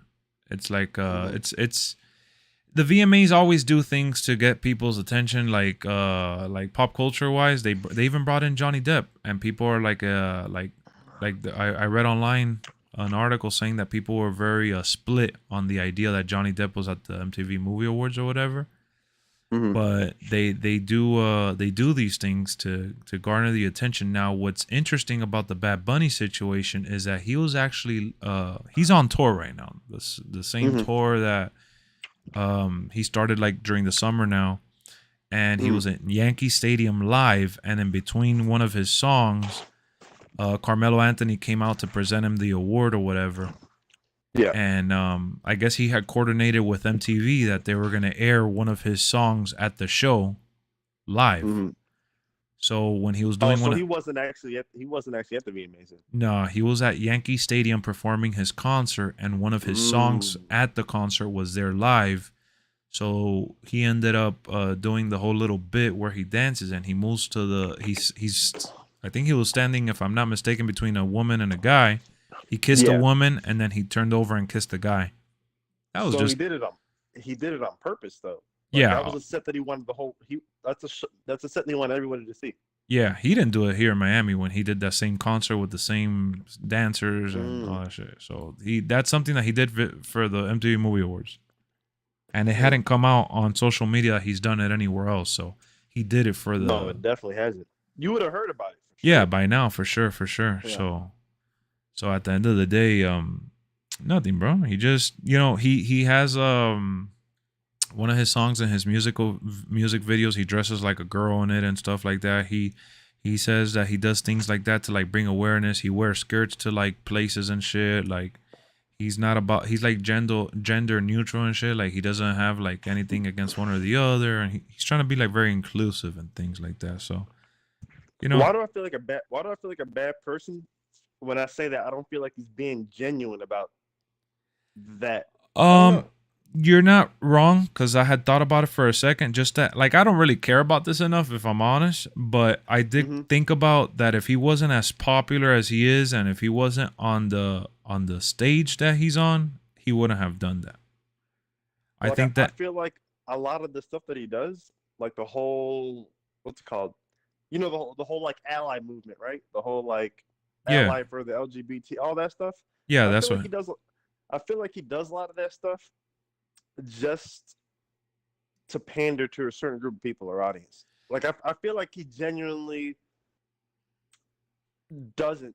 It's not natural for him, is what I'm trying to say. Yeah, Brian just said money make people weird. No, he's definitely doing it because the more fans you have, the better it is for you, for sure. And I feel like he's pandering to an audience of people, and the problem that I have with that, and the biggest example that I usually use, would be like somebody that does similar stuff, but I feel is more genuine, is somebody like Dennis Rodman. Yeah, who is known to do those things even with the cameras off. Yeah, that's what I mean. I feel like Dennis Rodman is way more genuine about his sexuality, his appearance, his openness, overall. Yeah, Rodman's very open about his life, his appearance, and all that stuff. Whereas I feel like this guy Bad Bunny, he'll do it when the cameras are on, but I feel like that's not part of his day to day. Yeah, I mean, Brian says the like Hispanic Prince. He's trying to promote like the gypsy lifestyle, I guess, or something like that. There was also a video that came out a couple months ago of him going into a club and like literally kissing with a random fan, like full blown makeout, and he has like a girlfriend and shit supposedly. So it's. He definitely does. He knows how to trend, bro. He knows how to trend. And he has a really, really good team around him. It's like The Rock. The Rock with his movies and shit. He has a very rabid fan base too. 100%. So he's just capitalizing on all that. Like, bro, that tour that he's on right now, that he's milking so hard in those like giant stadiums, like here he did it at the football stadium. Listen to this though. You say he's milking it, right? And he's been on tour since last year, which is true. He just had an album come out though this year. That's like been that's the tour he's on right now. So I wouldn't say he's really milking it. He's promoting his new album. Well, no, I'm saying he's milking in the sense is that he's capitalizing on his fame right now that he's super hot, because the tour that he's on right now is not the same one from last year. He actually took like a 2-month or a month and a half break, and he went on tour again. Yeah, because the new album dropped though. Most artists do that. When the new album drops though, they're going on tour. So the tour that he went on last year. Earlier, it actually wasn't even last year. It was earlier this year because my girlfriend went to the. Yeah, I went to that one too. What was that like? I went in April? March. Okay, yeah, but he started it like late January, February, and he ran it through the beginning of summer. He stopped, and then now he started again towards the end of summer. So his last tour that he went on was for his last album. Which was like titled. It had something to do with him being his last album. He said his last album was going to be his last album. And the tour was called The Last Tour of the World. Yeah. That was supposed to be his last tour and his last album, which I guess is another like, to me it's another gimmick. You know? No, it was a gimmick. He was playing into the pandemic, fool. I know. To me, that's the problem that I have with him. He's very gimmicky. Yeah, I mean, I don't know. I guess it sounds like a hater, but that's just how I feel. Yeah, dude, he's doing all this, and respectfully so, is making him the biggest Latin pop star in the whole world, and he's the biggest money maker right now, and he's the hottest artist in general, bro. I mean, the concert that he did here was in the football stadium that holds like 60, 70,000 people or whatever, and that shit was sold Bro, the out, concert he had here he had it in Soldier Field. which is where who plays? The Chicago Bears. Yeah, Sold same. out Soldier Field. Yeah, exactly. Same here, where the Dolphins play. He did it where the Miami Heat played in March. That was sold out. The MTV Video Awards was where the Yankees play. That was sold out. Mm-hmm. And it's funny because the football stadium, like I had told Brian, I thought the concert was gonna go like an extra hour, like 3 hours or whatever, and I thought that he was gonna do like a different set or something like that, like something special, because it's a football stadium and the tickets are more pricey. And he did not give a shit, dog. That shit ended at 2 hours on the marker. He did the song and like some short mixes of the classics and stuff, and he called it a day. He got a cool paycheck, making millions of dollars. No, it's funny. Does he tell you guys over there that you guys are his favorite city? I don't remember him saying. No, he just said that Miami shows a lot of love, but he didn't say we're like. He just says that he did tell us that he has like a home here or some shit, and that the fans here have always showed him a lot of love, and that he respects it and loves it. Yeah, my girl told me that whenever he comes over here, he tells Chicago that Chicago's his favorite. So That's funny. But that might be true though, if he doesn't tell it to you guys. Yeah, no, he didn't say. I did the one in March and the one now. He doesn't say Miami's my favorite. He did just say that. Apparently, he like whenever he does his tours, he has more dates in Chicago than anywhere else because of how big the community is over here. Yeah, he did the same concert twice here too. I think he did it 3 times over here: Friday, Saturday, and Sunday, if I'm not mistaken. And he opened the restaurant over here too. The when he came to do the tour now, he came like a couple weeks ago. It was the grand opening of his restaurant as well. Oh damn, that's crazy. Yeah, he opened like a Japanese restaurant. It's him and somebody else that went into business, and they opened the Japanese inspired restaurant. Oh, that's cool. I mean, no matter how I feel about him, I mean, he's killing successful as fuck. Yeah. Brian, goes back to the Brian. Go ahead. Back to the boozy stuff too, you know. No matter how I feel about it. Yeah, no, bro. Look, I'll tell you now something else about Fousey. Brian says 2022. I feel numb to all that shit already. Man's mic could have been a dildo at this point, and we just shrugged. Yeah, for sure. Wait, what? Nah, he's right, because his mic is a heart covering the thing, and it's like Brian is basically saying that he could have used a dildo for a mic and it would have been okay. A heart covering what thing? The cover for the microphone. He doesn't use a regular mic. His mic has like a special design.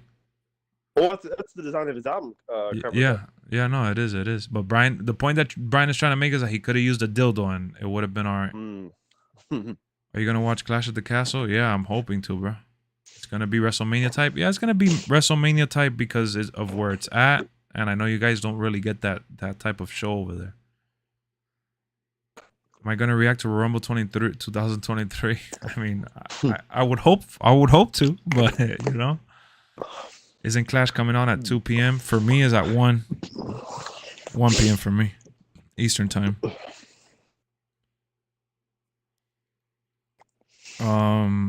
What was I gonna say? Oh, and about Fousey, one thing that I admire about that guy, bro, that I have to say, is that he is relentless. He has about a handful of channels, and like 2 or 3 of them have well over millions of followers on it. It is remarkable to me that this guy. Right. Go ahead. You're right, but he stopped though. He stopped. You know? No, he uploads more on the one that has like 200,000-300,000, but for whatever reason, it's probably contract obligations that he has and things like that he had to stop the other ones, like maybe because of sponsors or something. Because something weird, it's weird that he doesn't his main channel right now is the one that has that it hasn't even got into 500,000 yet. Last time I checked, at least, but he has like at least minimum 2 channels that are well over in the millions, and it's crazy to me how he has found a way to not do pranks and still stay relevant and open new channel after new channel and still get a massive following to the point where he could successfully live a off of doing like maybe one video a week or something. But bro, like he has his grind down packed though. He has that. I don't know. I don't know how he. I don't know if he cracked the algorithm or like dudes that like Ahmed that just came in here that people follow him faithfully wherever he goes. I don't know. I don't know what it is, but he mastered making new accounts and getting followers. He could literally do like gaming streams or just reaction streams at home, and he'll probably get a bunch of views. No, I was gonna say that he's slowed down big time though. Oh, come on. Especially compared to his peak. His peak was crazy. Because like right now, I mean, he hasn't dropped. Let's look it up. Let's look it up. Shit in a long time. I'm gonna look up. I was looking it up last night. I'm gonna look up his new channel. I know he has a new channel. I think it's FuzzyTube. Let me see. It's whichever one he had. Dosafuzi and FuzzyTube. Okay, so look, FuzzyTube has 10.4 million subscribers. That's not the one that he really uses anymore, though.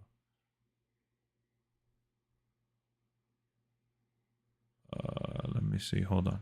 I'm just gonna type in Fuzzy then. It's not FuzzyTube. But yeah, Dosafuzi is another one. Let me see. It's funny because you type him in and you... oh, here it is. It's called Fuzzy. He has 284,000 subscribers. What the hell? He has videos. The videos that he has on here, he hid them. Now he only has shorts. That's what I'm saying. Is that's how his channel's been for the last like 2 or 3 years. But look, I remember let me see. That was the biggest reason why I stopped watching him, is because at one point he was attacking his audience. Yeah, he was. Not like maliciously, but he would like say like, oh, like a lot of you guys are haters, you guys talk down on me, you guys bully, you guys pick on me. I read every single comment. You may not believe me, but I sit there and read every single one, even though I'm a big time YouTuber, yada yada yada. And I see some of the nasty things you guys say. And he would like take breaks, and then he would come back and he'd be like, oh, I've been thinking the last couple of months that I've been gone. Like, yeah, so wake your ass up. You want to laugh? What's up? He does now more shorts than anything, and he uploads shorts across all his channels, like randomly. No, like, yeah, he does. I saw that. I just clicked on it right now, and it's all random. It's across 3 channels, and they all have a couple shorts on each channel across the last month or so. But it's all like his boxing shit, though. Ahmed said gonna hunt down Jalen. I mean, Brian said Ahmed is gonna hunt down Jalen. I gotta be careful. He's all right, dude. Like I said, I don't feel any kind of way for him. But... oh shit, She-Hulk is one of Disney Plus's lowest rated MCU shows on Rotten Tomatoes. Let me see what the Rotten Tomato score is. Let's see here. That's crazy. I'm not surprised though. I just want to see if it's getting like fake spammed. That shit, bro. What a fake ass headline. That shit has an 88%. The tomato meter from the critics are 88% and the fans is 78%. Fake ass clickbait bullshit. I mean, it is the lowest one probably, but still clickbaiting. All the men activists? Yeah, for sure. Yeah, bro, it has no action scenes at all. Bro, they made it very loud and clear that the show is going to be about being a lawyer than being a Hulk. Like, they emphasized that in the first episode. Like, she even looks at the camera and talks about it. Like, it was pretty obvious that they were never going to put a lot of action in it. And even then, like, I think the action is going to be forced by the end of the last couple episodes. There's definitely going to be some sort of action. I don't think that the show's lack of success is coming from the fact that it doesn't have action, bro. It's a TV show. It's not going to have action every other scene. Finn Balor's new theme is by Defenses. They already have Daredevil as a lawyer and he has action. Yeah. Oh, man. JJ, the fact that you say that makes me feel like you don't see the biggest difference. Daredevil is like Batman. At night, he puts on the suit and he fights the bad guys. She-Hulk is not trying to do that. She's not trying to be that. She doesn't want to be a superhero. She doesn't want to use her powers. She didn't ask for her power. She didn't want her power. She's not embracing her powers. That's what the show is about. That's what the show is tackling. In the first 2 episodes, how are they going to show her having action sequences and having a nemesis when she's trying to be a lawyer? She's still trying to establish herself in the courtroom. The show has nothing to do with being like Daredevil. Daredevil is more about the action and him being Daredevil than it is about him being Matt Murdock. It's more about the fact that he is solving things in the courthouse, secondary behind him being like Batman, for example, cleaning the streets as a symbol of hope.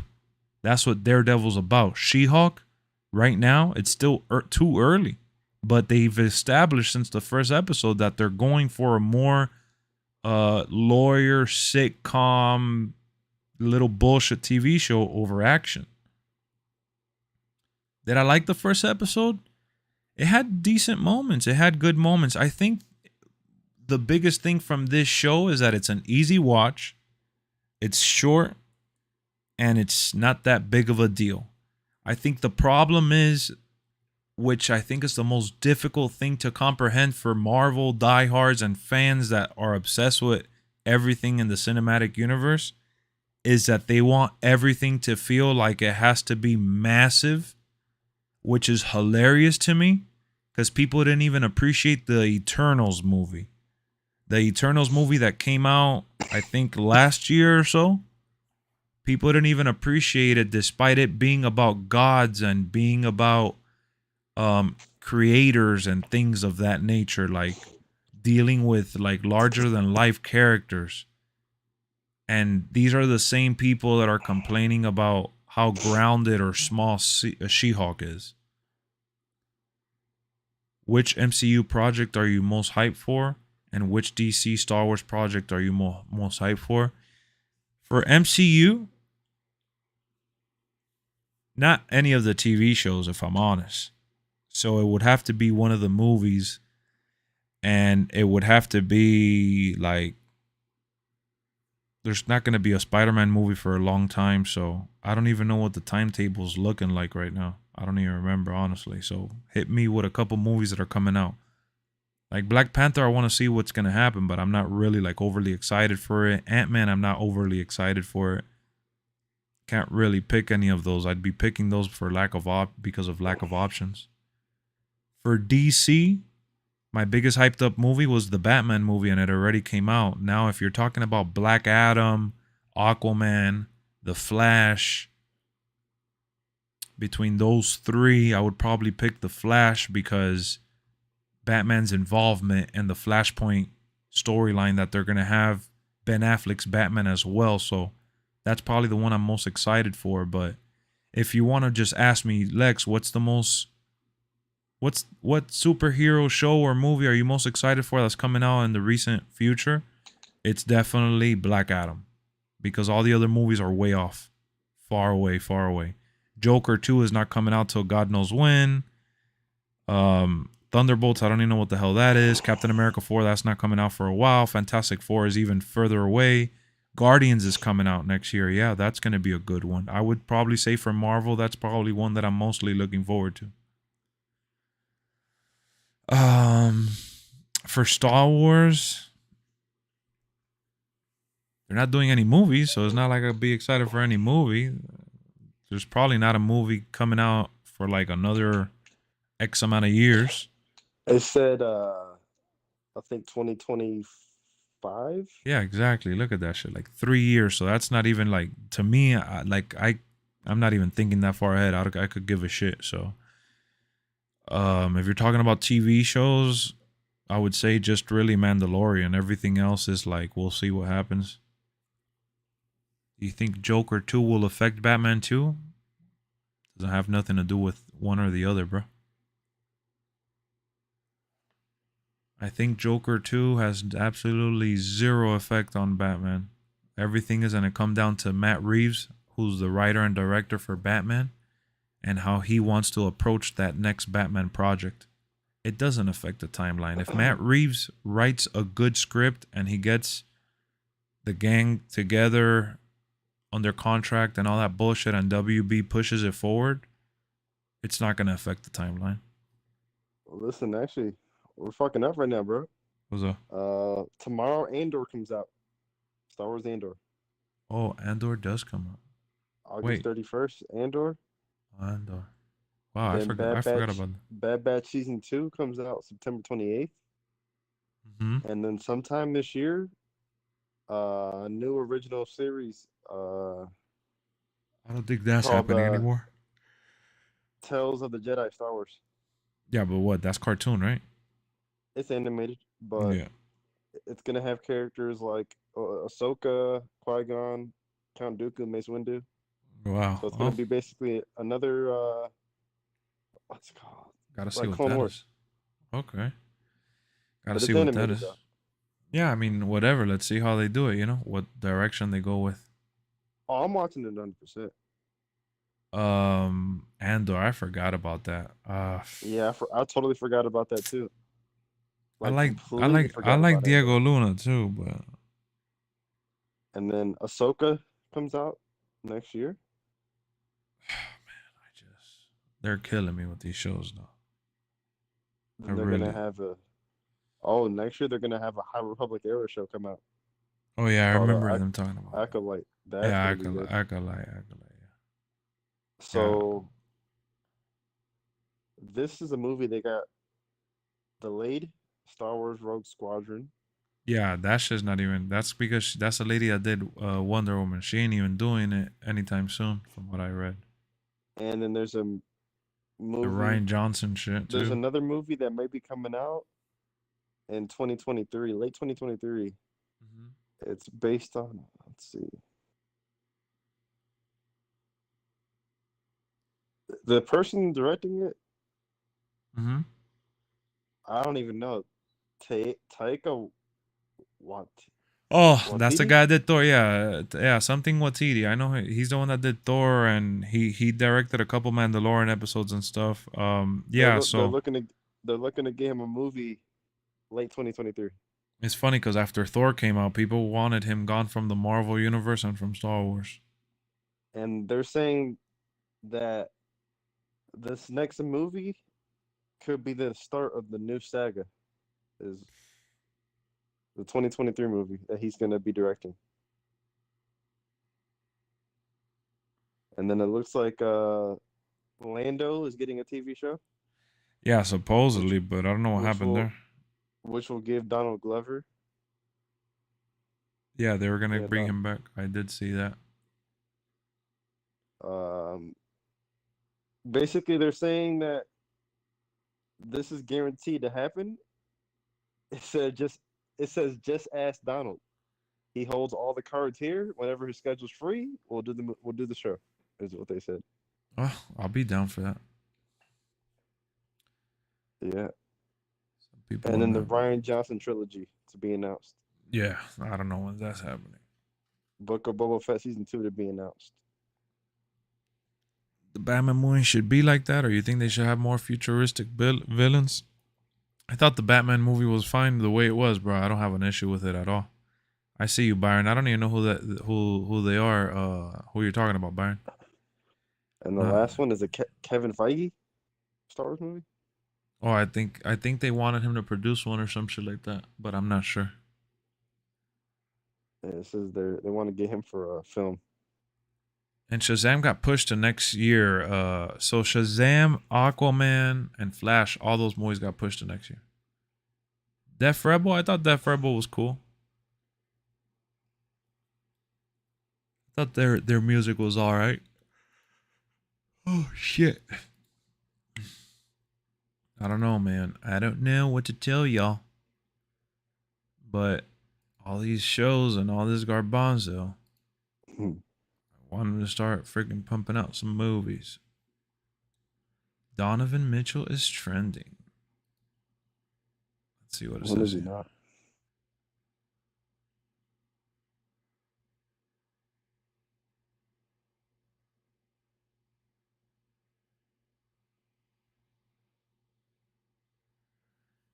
Christian Winfield said, "It's not complicating a Donovan Mitchell trade at all. It's making it clear RJ isn't on the table." Huh. So, damn, Basically, that would be a good team. Jalen Brunson, Mitchell, and RJ. yeah, but who the fuck they have to give up something for this Well, guy. a ton of picks. Yeah. Julius Randle. I don't know. Something like that. You ever watch a Titan show? Since you're a Gotham fan, I'm a fan of Batman, bro. But nah, I don't like TV shows, man. It's really hard for me to watch TV shows. Like now, I've been watching the new Game of Thrones show, House of the Dragon, on Sundays because of my dad and stuff. But I don't like watching TV shows all like that, bro. I really don't. And then I had started Stranger Things a long, long time ago, and I left off in season 2. And because my nephew has been here for the summer, he got me and my wife to get back on onto finishing it, and we're trying to finish it now before he leaves. Bro, I never said I don't watch shows. I said it's really like I don't like it, so it's really hard for me to like. I watch a few, but I don't watch every single show. Like I like the Titans, and I would like to watch the show. I just haven't given it a shot. I watched the John Cena one, the Peacemaker. I thought that was hilarious. You're excited for 2K23 strategy? Yeah, 2K23, bro. From all the information they released for my team, they changed enough for it to feel pretty fresh. It's just how everything falls into place with the gameplay and stuff, because we already saw the graphics look pretty much the same. So in terms of what I expect, excitement wise, I am excited for it. I can't say I'm not, because is that everything they did from the League Pass edition to the having so many different shot meters for you to, you know, customize and choose from, no contracts in my team, so many different ways to earn cards and rewards. It's music to my ears. So I can't be a hypocrite. I have to say that this is probably the most excited I've been for 2K in maybe 3 or 4 years. I would say roughly 4 years. Because I was excited to see how the next gen one looked and stuff. And I wasn't really disappointed with it. But I wasn't as excited as I am now that I know that, you know, first and foremost, the next gen graphics are like, I already know what to expect from that. But now it's like all the other things that I wanted to fall into place is finally falling into place with my team, which I really love that mode, and I'm always going to play it. So we'll see though, bro. I'm not like trying to do any false expectation, false hype bullshit. I'm just like, I'm not overly excited for it. I'm just simply excited, and I'm looking forward to checking it out, seeing what it has to offer. And that's where I'll leave it at that. Because if I go in gassing myself up, oh, this is the year, NBA 2K23 is back, NBA is going to be amazing, I'm not going to do that. Not going to do that psychologically. And it's not a good time, bro. Because then if there's absolutely anything that I don't like about the game, it's going to like make it feel like it's like the world is ending type shit. Like, oh my God, this is a disaster. They got me. I don't want to be in that predicament. So we'll see. Shows take 23 hours to watch while a movie's only 2 hours. No, that's not always the case. There's some shows like the Stranger Things that I've watched now is only 8 episodes and 9 episodes depending on the season. Game of Thrones, I think, is only like about 10 episodes or 9 episodes. There's a bunch of shows now that have applied that. I think the low-key was like maybe 6 or 7 episodes. It really depends. Am I going to stream that game constantly? Man, you know, I can't give you an answer for that. The other channel is definitely my sports channel where I'll put highlights and stuff. So even if I don't stream it and if I do something cool offline and I record it and I clip it, I'll upload it. That's what my other channel is for. It's my dumpster for like sports content, which I haven't really had much to upload on there because I've been playing MLB offline and stuff, but nobody wants to see, you know, a stream of me playing franchise mode offline. So it's really gonna depend. Like I recently while I was talking with Jalen the other day in the party, I was doing some challenges for Madden Ultimate Team to see what that had to offer, but I haven't had any moments where I've recorded to upload. But would I like to upload those games and stuff? Yeah, if something exciting happens that I recorded, yeah. But I'm not gonna like. My main priority is to do, you know, wrestling predictions, reviews, reactions, unboxings, movie reviews, WWE streams throughout the week, and just random gameplay streams throughout the week. NBA will fall into that in some capacity, but no contrast is big. Make MT without spending it.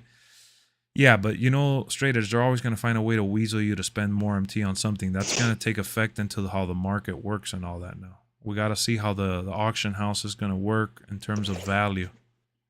I love playing Triple Threat. So yeah, the Triple Threat thing is cool too. The Royal Rumble theme song is The Hills by The Weeknd. No, it's not. Bro, Royal Rumble 2023 is so far away. They don't have that picked out yet.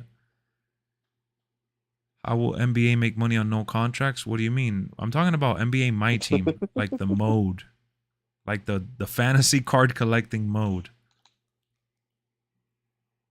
Look, the reason why I'm telling you I don't know is because of this. One thing that I've realized, like this summer, I've played a lot of FIFA, and I've had so much fun with Volta there and my character that I built on there. I didn't expect that. I've had so much fun on Fortnite no build mode. And I have a couple characters on there I've enjoyed. I didn't expect that.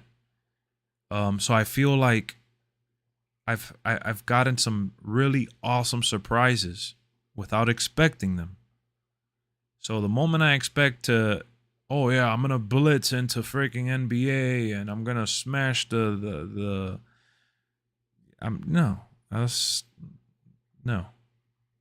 The only reason that I could cover WWE so effortlessly is because there's shows on Monday, there's AEW on Wednesday, there's WWE on Friday, there's pay-per-views once a month, there's the video game content that I produce. So it's a constant flow of, you know, excitement from that form of entertainment. But NBA is just NBA. You know, there's, you know, I don't cover all the teams, and it's basketball at the end of the day. It's not like wrestlers that there's a bunch of like different things that you could be hyped up for, unless something magnificent happens that Giannis drops 70 points and a team is like 20-0. But I don't really care enough about like the Warriors, so to speak. So I can't be a fake hype beast for that. On WWE, there's more things I get excited for. There's more characters, and there's also more companies. Isn't that one of their mechanics to getting people to spend MT? Oh, the contracts 100%. That's what I'm trying to explain to Straight Edge. We don't know how that's going to affect now the stock market for the auction house. Maybe My Park is what you need. I do play My Park a little bit, but if you're talking about in terms of like trying to get views and stuff like that, unless you're dedicated to that, like My Park life, and that's all you do, then there's really no. That's what I need, you know. I enjoy. I'm gonna try to enjoy a little bit of everything on NBA and enjoy it for what it is, for whatever that may be. That's my point of view on it. And if I flat out feel like it sucks, I'm going to just delete it and I'll reinstall it again whenever the playoffs start, that I get excited for it again. And kind of like what I did this year. This year, I started off, I kind of went like balls deep into it, blitz into it hardcore, and I was like on it 24/7 again. And then after some time, I just got so fed up. I got fed up with the stupid challenges that were coming out. I got fed up with the... What's that? Limited, getting the ring on the weekends. I got fed up with that. It was like I felt like it was like a chore. Yeah, it felt like a chore. I started you know what? I started telling on like saying it on stream and shit and telling people like I feel like I'm on a hamster wheel going in circles. And that's when I said, you know, I need to force myself to not play this. And I deleted it.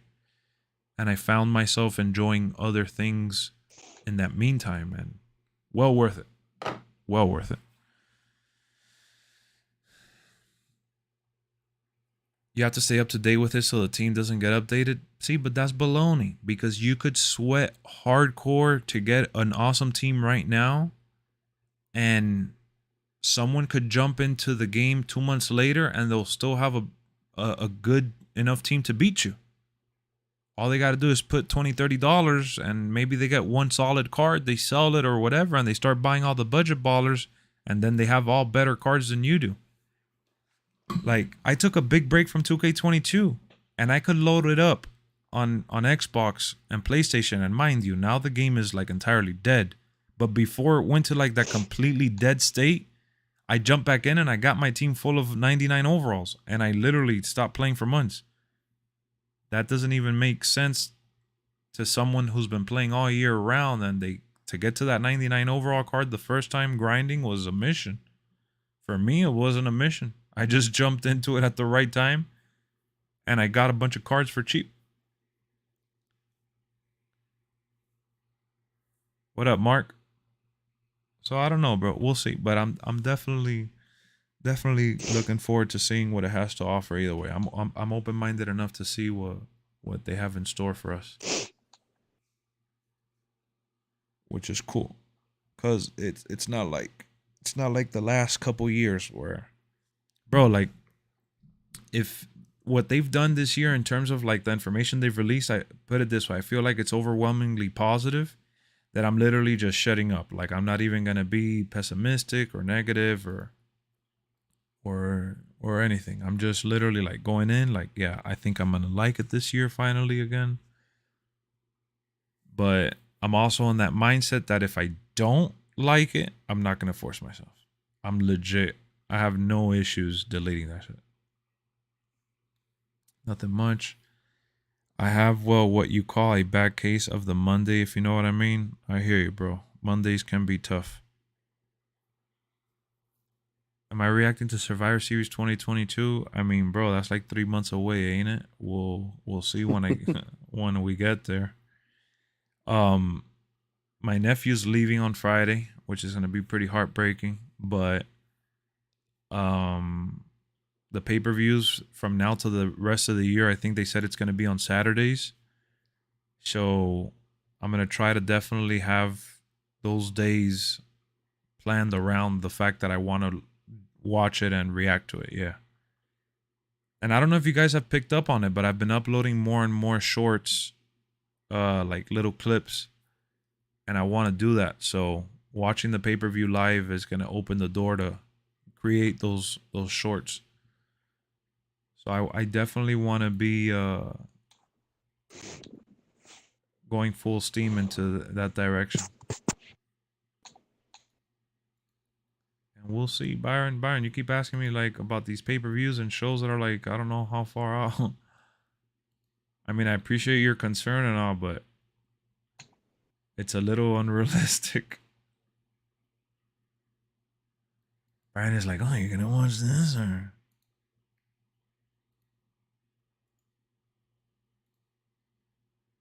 Little Byron.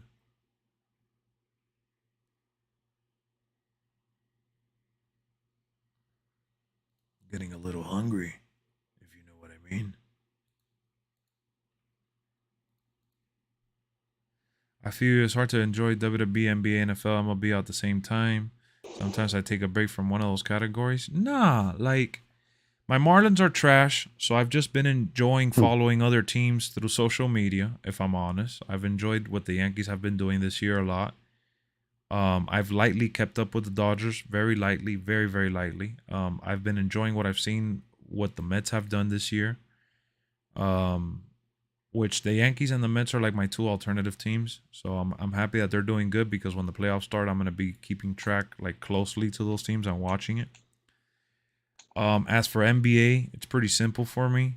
I look at the box score or like the standings daily for the most part, and I watch my Miami Heat every chance I can. Nothing too crazy there. And then WWE, I don't watch every show. Sometimes I watch the recaps or I watch the show on Hulu with no commercials and I just skip all the extra stuff. I try to like, you know, bounce between the things and kind of stay up to date with the like social media. That's the one positive thing I could say that social media has done. It's given the opportunity to someone like me. Like, I don't feel like watching the whole 3 hours of Monday Night Raw. I could tune in and out and I could still know what happened and see what happened. Same for sports. But baseball is probably the easiest one for me to keep track of because of how bad the Marlins are. I don't have to watch all 162 games. Yeah, so I'm not gonna lie. It happened to me with the Dolphins a couple years ago. I got back into watching the Dolphins again when we drafted Tua and stuff like that, and being more active with them because I like Tua and his story and the Dolphins, how they've put together the team that we've done now, but that we've finally put together now. But it was a lot like the Marlins where I was just like, I gave up because you sit there and you spend 2-3 hours of your life and it's just to watch your team get freaking, walked on all over the field, whether it's football, baseball, or whatever. And I don't want to just watch them when they win, but I also don't want to watch them when they go like, 0-20. Like for the Marlins, they've had one of the worst losing streaks this year, and it's very sad, bro. It's very sad. Especially because I love baseball. I hate that 2K dropped WWE 2k22 like it was a bad habit. They could have given us so much more for our $70. Lesson learned, I guess. I don't know, Black Dragon. I remember when the game first came out, people were begging me for the MyRise streams. And now, when I start streaming in the afternoon, I expect to have a bigger crowd than what we've had now. But the other night, I streamed randomly like at 4 in the morning, and I had like over 40 people watching me play MyRise, which was phenomenal. Everybody wanted me to stream MyRise in the beginning, which I thought it was cool. But I told everybody, bro, I'm going to do it when I have nothing else that I feel like I need to tackle in the game. I've done plenty of my GM. I've done a decent amount of universe mode. Decent, like very lightly. And I've done a lot of online.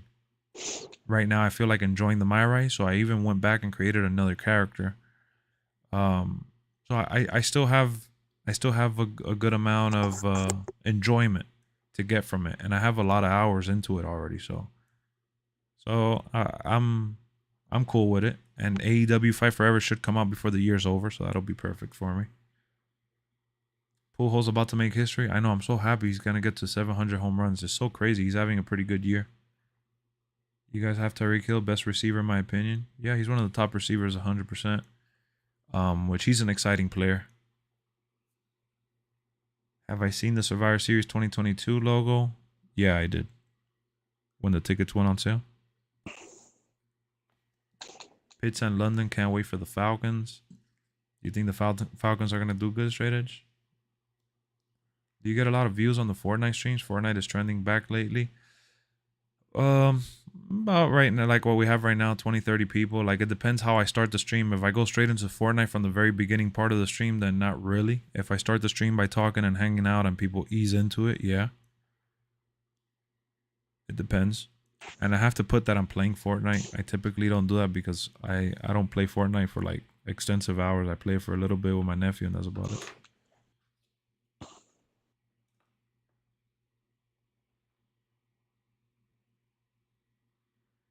But for sure, I get like, if I start the streams like around midnight, I get a good amount of views and it kind of carries into whatever game I play usually. And if I do it like in the middle of the afternoon, I'll get another good crowd. But I just haven't, like, my schedule has been really, really wrecked and I haven't been home. Like, I've barely been home in the last couple months. So I think that we'll start getting more to those other streams and uploading more videos soon. Am I watching Clash at the Castle stage reveal? I don't even know when they're actually gonna do it. mean, they usually reveal it like the day before or so. So when the new games come out, like Gotham Knights or Modern Warfare 2, your channel will start glowing. I mean, yeah, that's cool. The thing is, look, bro, like a game like Modern Warfare 2, when people tune in and they are part of that community, they want you to just play that. That's why, like, I always want the wrestling community to tune in, because there is a lot of wrestling people that only care for the wrestling stuff, but there's been a lot of wrestling people that I've talked to that have connected with me on Discord or Twitter or what have you, and they like watching my other content as well. So I try to get more of the wrestling crowd so I could talk about wrestling while I'm playing all the other stuff, because wrestling happens, like I said, every other day throughout the week. But yeah, I mean, I should get some views from those games. And a lot of people have been asking me to play Saints Row. So I'm gonna play Saints Row again this week. I haven't played it since the other day, but I'm gonna be playing that as well. How is it? I heard it was pretty bad. Yeah, I haven't gotten that deep into it to see all the shit that people have complained about. But it's exactly what Saints Row is, bro. You know what you're getting. If you thought that it was gonna be anything else than the typical Saints Row stuff, I mean, that's on that person, bro. As far as the glitches, I haven't experienced any. I haven't played enough, so I can't comment on that. But in terms of like the style, the game, and what they're going for, it's just about as outlandish as Saints Row the Third. They toned it back from Saints Row 4 and put it in like the Saints Row the Third range, which is just going around, you know, killing waves of a bunch of people, like funny, ridiculous dialogue, and like want to be larger than life characters. It's Saints Row in every sense of the way, bro. Like, they didn't hide away from what they are. But people, like, the biggest complaints besides the glitches, the biggest complaint that I see universally is that the game didn't really push the envelope forward, that they didn't do anything new, that they made it like an outdated Saints Row game and things like that.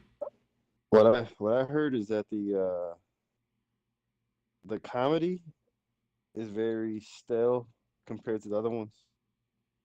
Like, it's, you know, like the other ones had that comedic value to them that made it just funny, goofy. Well, it had characters that crazy. people. It also had characters that was part of the legacy of Saints Row. You know, like Gat and some of the other like pillar characters, and none of those guys are here right now. So that takes a toll on like the legacy of the game. They're just really using the brand, but they don't really have those characters back. So I think that probably hurt it a little bit. I don't know. I think it's the same shit as the other ones though. Like 3 and 4. It's more 3 and 4 than it is 1 and 2 though. It's like a mix of 3 and 4. And I'm sure people were hoping for more of like 1 and 2. Yeah. 2 and 3. Yeah. Because 1 was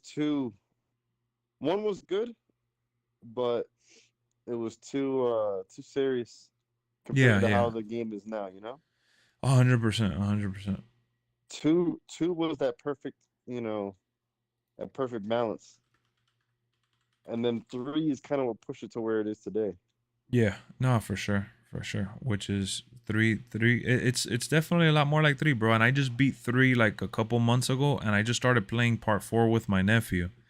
And like the type of comedy and the dialogue and the way they do their delivery and all like the stupidity and stuff, it's all very in line. But since you've already seen it, like at least 4, it had like aliens and you were the president, and it was very outlandish and very in your face, and it was unapologetic. 3, it went like the comedy route and less serious route, and it was going for that lucha libre like characters, like they had Hulk Hogan voiceover, Roddy Piper, whatever, and they played into all that. This one is really like, it doesn't have a new identity for itself. It's a lot of the same stuff. So between that and the fact that people have experienced glitches, that clearly people are going to be super, you know, disappointed. But for me and what I expected from it, my expectations were never high for this game at all, bro. At all. I thought this, because the thing is too, that remember THQ used to do these games, And I don't think even the budget or the structure of how they built this new one is the same as the other ones. Supposedly this game was also started from scratch. So it is what it is, though. People just wanted, like, people are yearning for that GTA experience, and people wanted to this Saints Row to be something grand, and it really isn't nothing grand. But considering that this is going to be one of the smallest gaming seasons in terms of how many games are coming out, it's just another game to play if you really want that experience.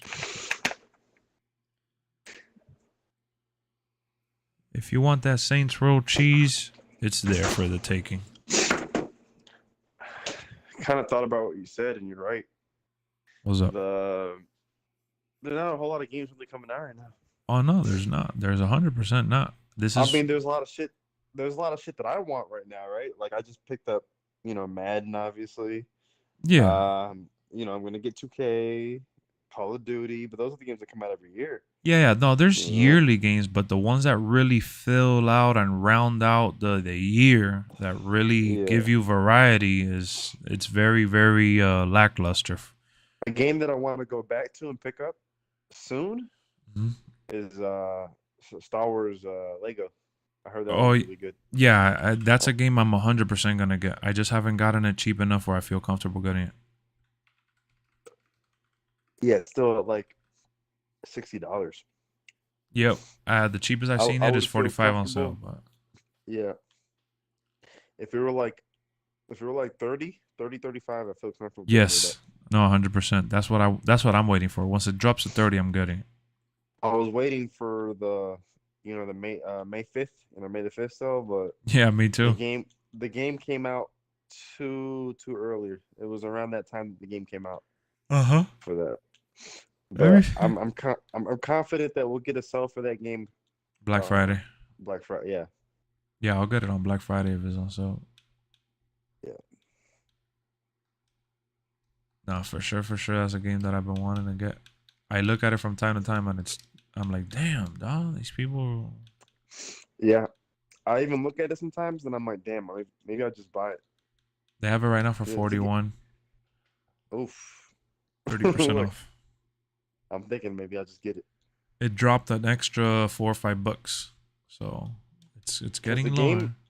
Every time I think about it, I'm like, well, that's a bit of a price to pay, but it's a lot of game. Yeah, there is a lot of game. Yeah. There's a lot of game to play there.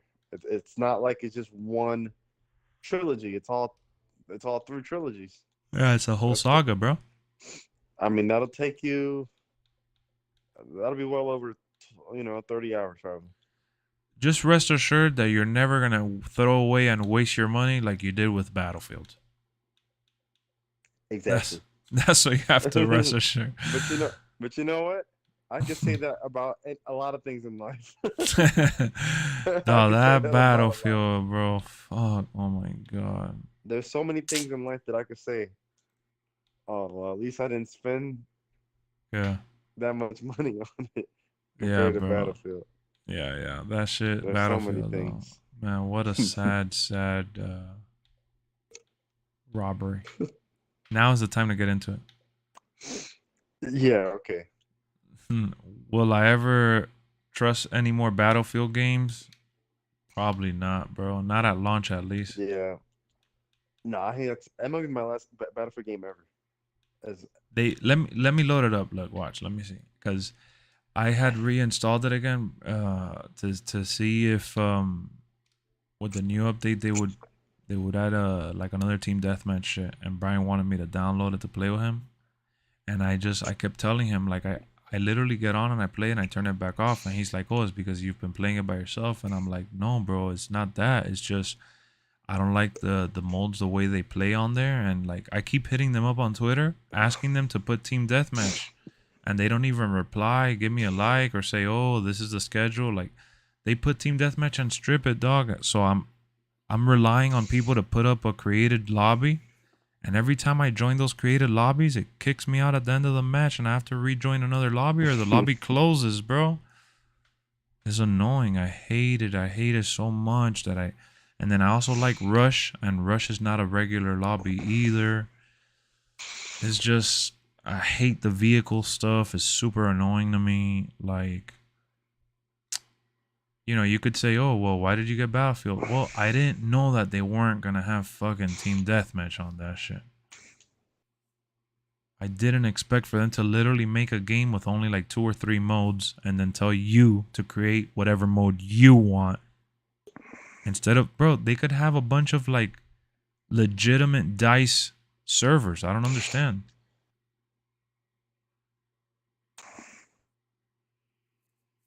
That's like COD not having Team Deathmatch. They trash for that. Yeah, it just, I have never seen like a shooter like a Call of Duty or like a Battlefield, something like this, where yeah, it's team based and they offer these other options, but Team Deathmatch is like the most basic shooting mode in the like. Because I don't like playing Team Deathmatch in Call of Duty anymore, but I've still very much enjoyed it in Battlefield. And it's just terrible, dog. They've just, you know, it's something that just doesn't make sense to me. And then, you know what pisses me off even more? When they create playlists for Conquest when there's already Conquest in the fucking game already. So it's like, do you want to play Conquest from 2042 or you want to play Conquest from Battlefield 3? And I'm like, no, I don't want Conquest on top of Conquest. I want Team Deathmatch. I thought they had a playlist for Team Deathmatch though. Yeah, but they take it off like every weekend. Like they should never remove it. Exactly. I'm like, bro, leave it. I actually didn't even know they do that. Yes. And you know, like for me, that's okay because I don't play the game for Team Deathmatch, you know? So for me, when I see it there, I'm like, oh, look, cool. I was getting bored of playing yeah, Conquest or whatever. Yeah. You know? But for somebody to like you, oh, that's what I'm looking for all the time. You might play Conquest and Rush when you're getting bored of playing Team Deathmatch. Exactly. So no, you hit it right on the head. Yeah. No, you hit it right on the head. So for me, I look at Team Deathmatch there, and I will never even notice, like what you said, that it's not there all the time. Because for all this time that you've been mentioning this, the whole time, I'm sitting here thinking like, oh, like, what is this guy really even talking about? No, it's just always there.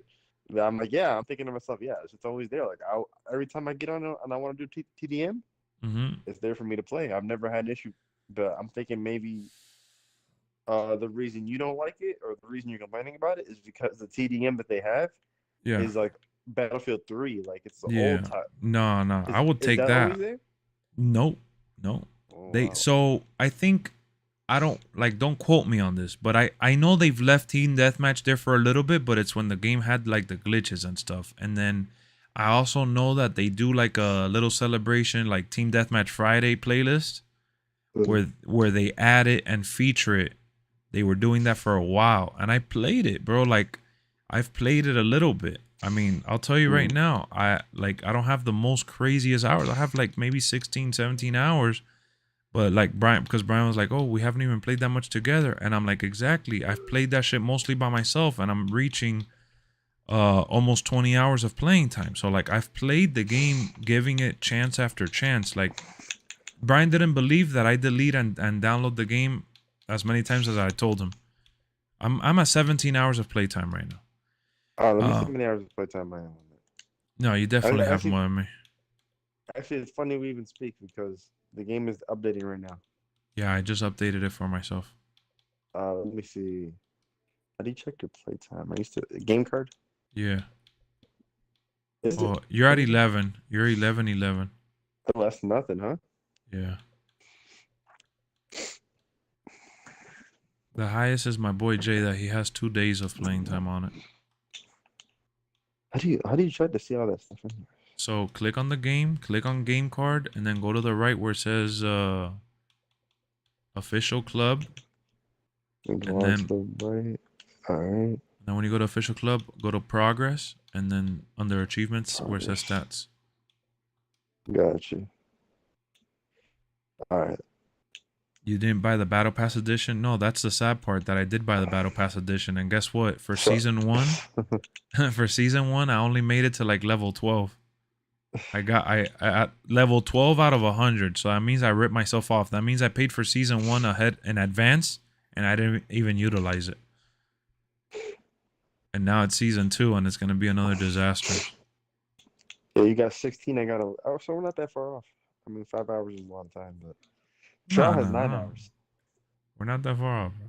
Don't worry. and Stunner has 24 minutes. So Look, let me see. Watch. Look, these they changed the way the playlist looks again. It's a list now on the main page. This is hilarious. Oh my god. Rush was always there. They changed this. Look at this. And guess what?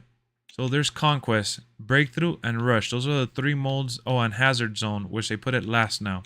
When you click on Portal, which they show the featured playlist, it has Conquest Chain Link and Community Spotlight, Squid G's Rush. So they have double Rush and double Conquest as the featured playlist. How does that make sense? That is insane.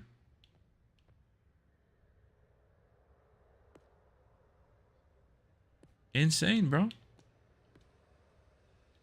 So I have to go here,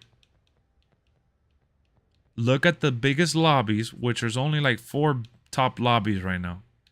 And the 4 top lobbies, guess what they are? Conquest, Rush. Conquest, and Rush. And then there's one that has Team Deathmatch with 21 people out of 48. But guess what? The guy's ping is terrible at 151.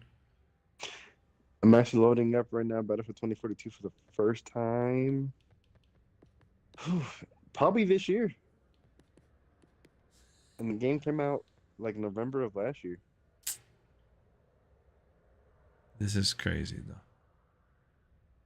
The menu looks pretty cool, though, compared to what it used to look like.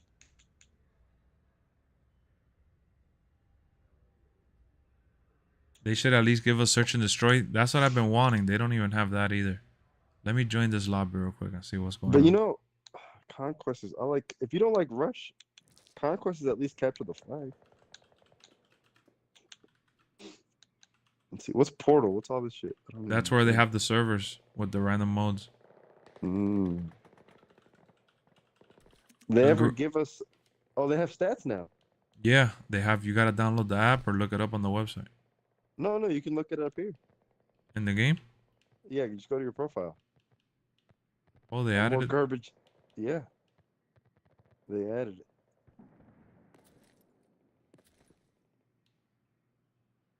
They added it, huh? Yeah. But this shit should have been here day one.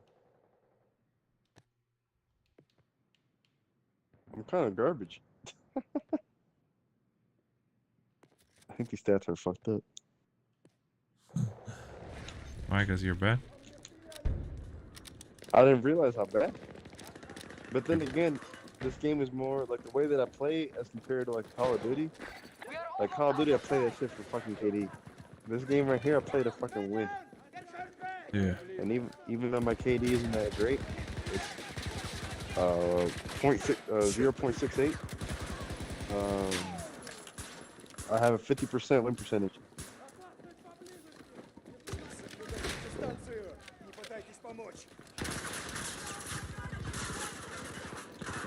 See if I can find anybody here.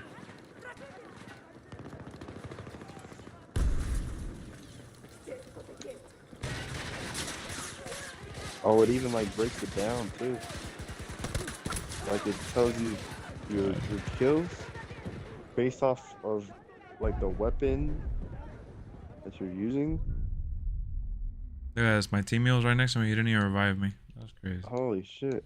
Bro, this shit's actually pretty in depth. It tells you how many rounds you played on a map and how many wins you have on that map. This is actually really detailed. Holy, bro. Oh, man.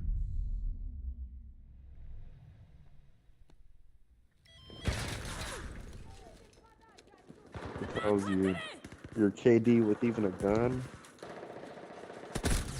I'm done. I'm done. I'm done. I'm done. I'm not even. Your vehicle kills. I want to see what you're talking about. Look, I have team deathmatch in here as well. Congrats, congrats, Carter. Congrats, my boy. Oh, wait. I see the kills and deaths now. Yeah, I see. The specialist. I see what you're saying. Weapons and equipment and all that. Oh, this is what the new update. 61 matches played, 24-1. I have 355 deaths and 298 kills.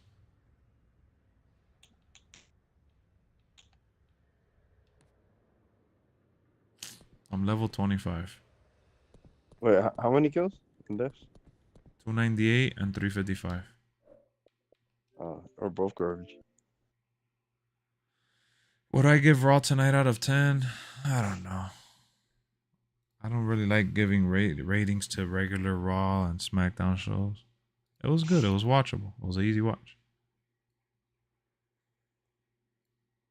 Lex, should Drew McIntyre bring back Broken Dreams? I would love it. That was his best theme.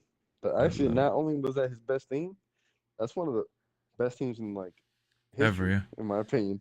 Yeah, I like that one, and the one that he has now, it feels like a warrior fighting one. But Bro, yeah, the I one like he the has other one. now.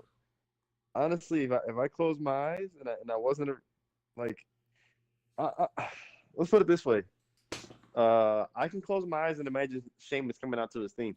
Yeah, every time I would play for Junior to quiz him on it, he would think he would say Sheamus. I'm like, bro, how do you keep getting it wrong?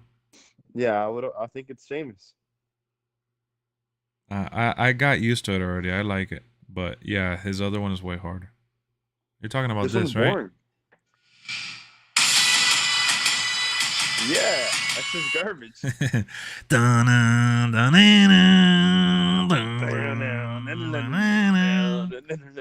It's so boring. It's a boring theme. I hope they give him the Broken Dreams. Out of time. Bro, that theme was perfect. Out of time. If at the very least, they should give him that theme, like, if he's a heel. So say goodbye. What is yours? That should be his heel theme if he's gonna turn heel, or if he ever wins the championship again. When he does, they should give him that theme because the one he has now is garbage. It's really bad. I think his current theme is one of the worst in WWE. It's boring. How do you go from the best theme as a jobber to the worst theme as a fucking main eventer?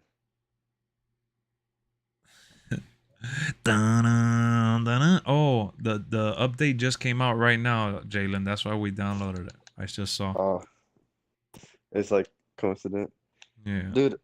I haven't uninstalled Battlefield 2042 just because I feel like if I uninstall that, I'm uninstalling like $100 out of my wallet.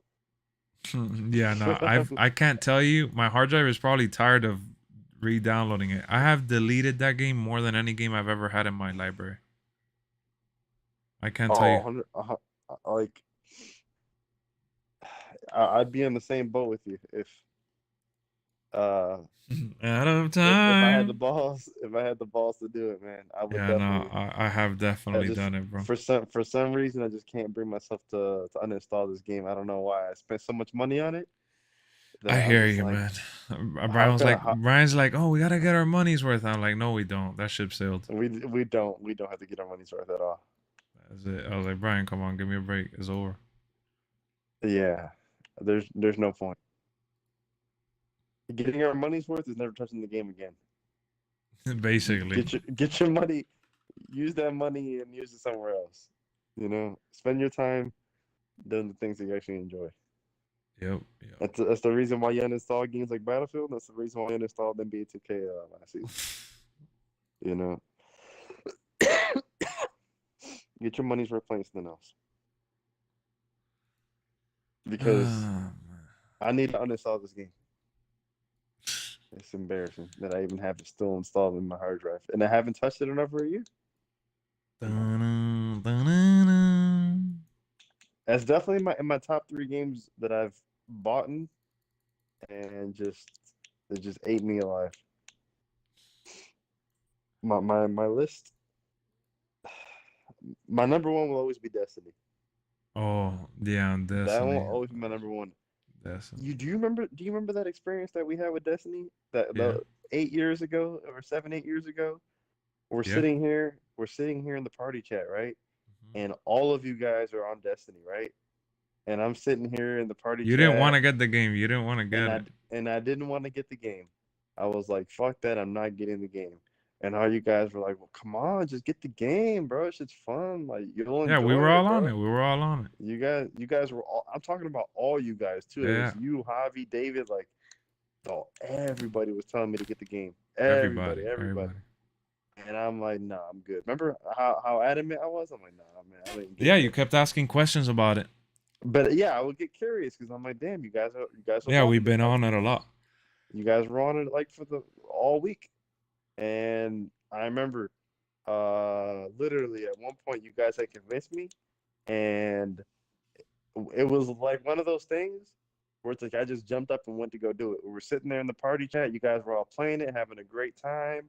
I think I was even watching you back when you were still streaming on like Twitch, yeah. I don't know, like Ustream or some shit like that, whatever Yeah, this shit yeah, it was was on Twitch. PlayStation. It was Twitch on PlayStation, And I I was watching you, you were talking, and you guys were having the time of your life, and you're like, yeah. bro, Yeah.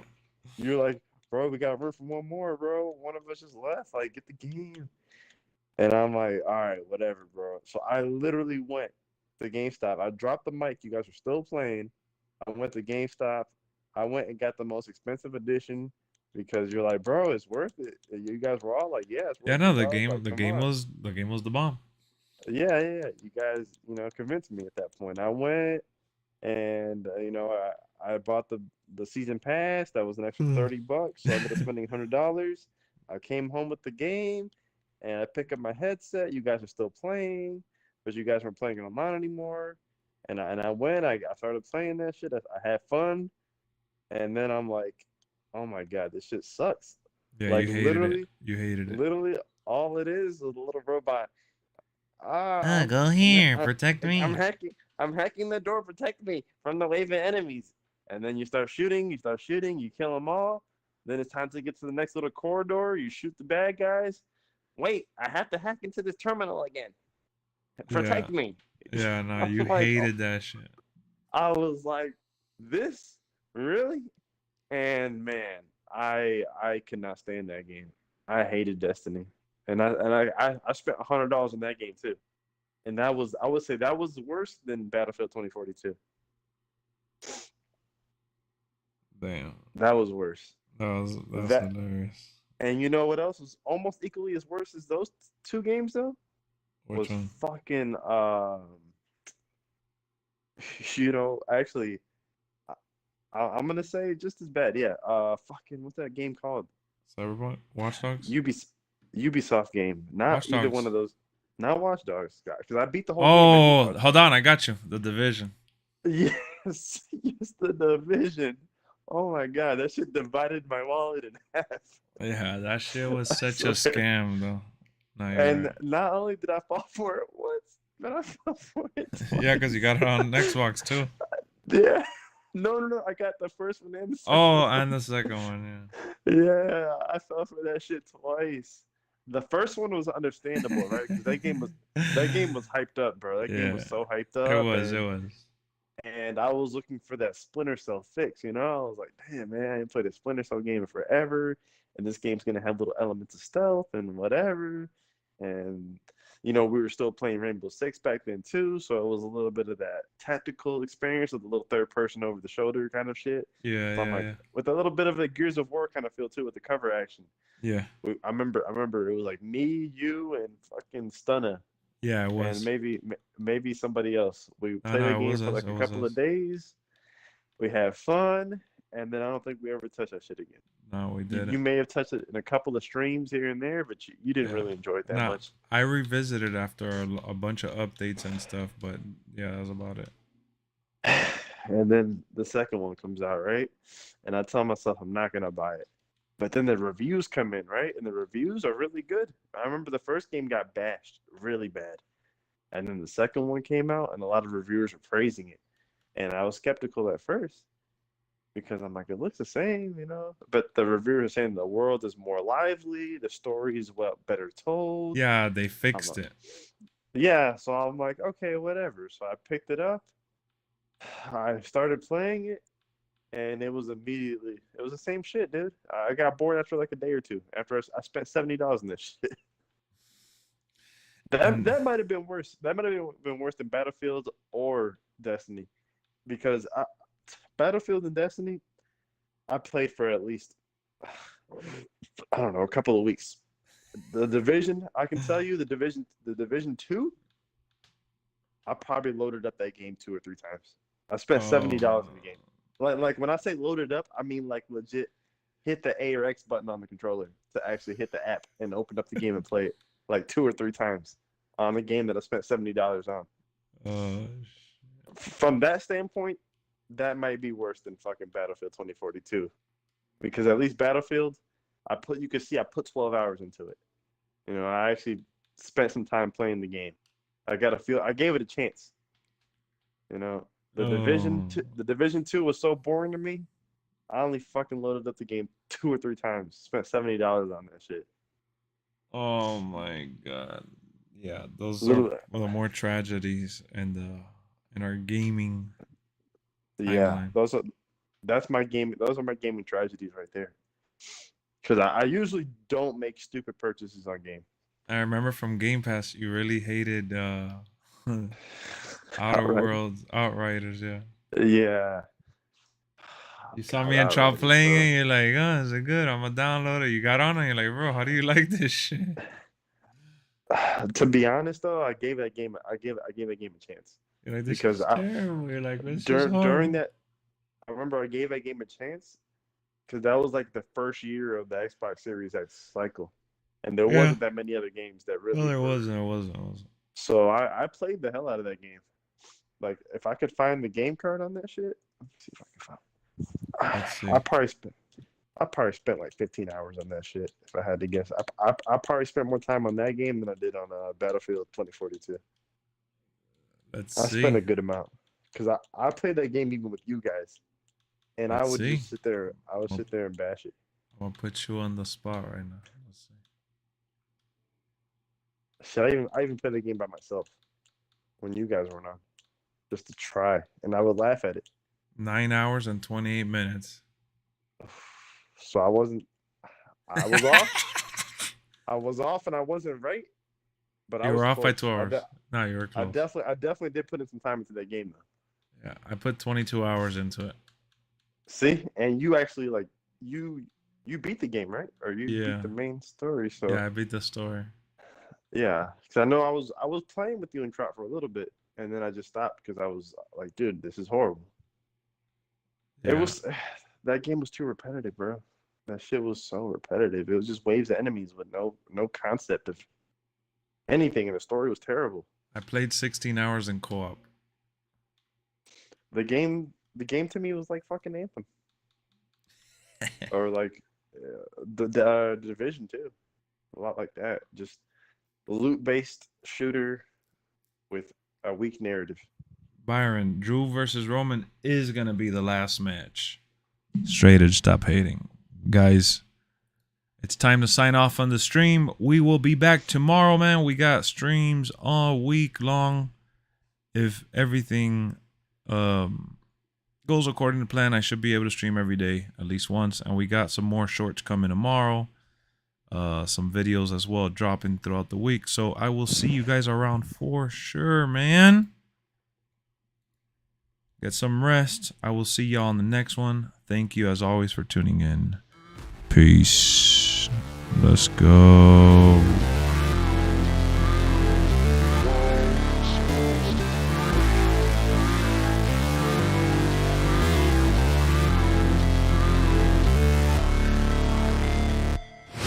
Never break, always fight, never quit, do it right, play the game, win it life, have no shame, there's no time, feel the pain, live the grind, I could change, in my mind, pick a lane, commit and climb, the only way to win it life, I never miss, that's fact, taking big swings.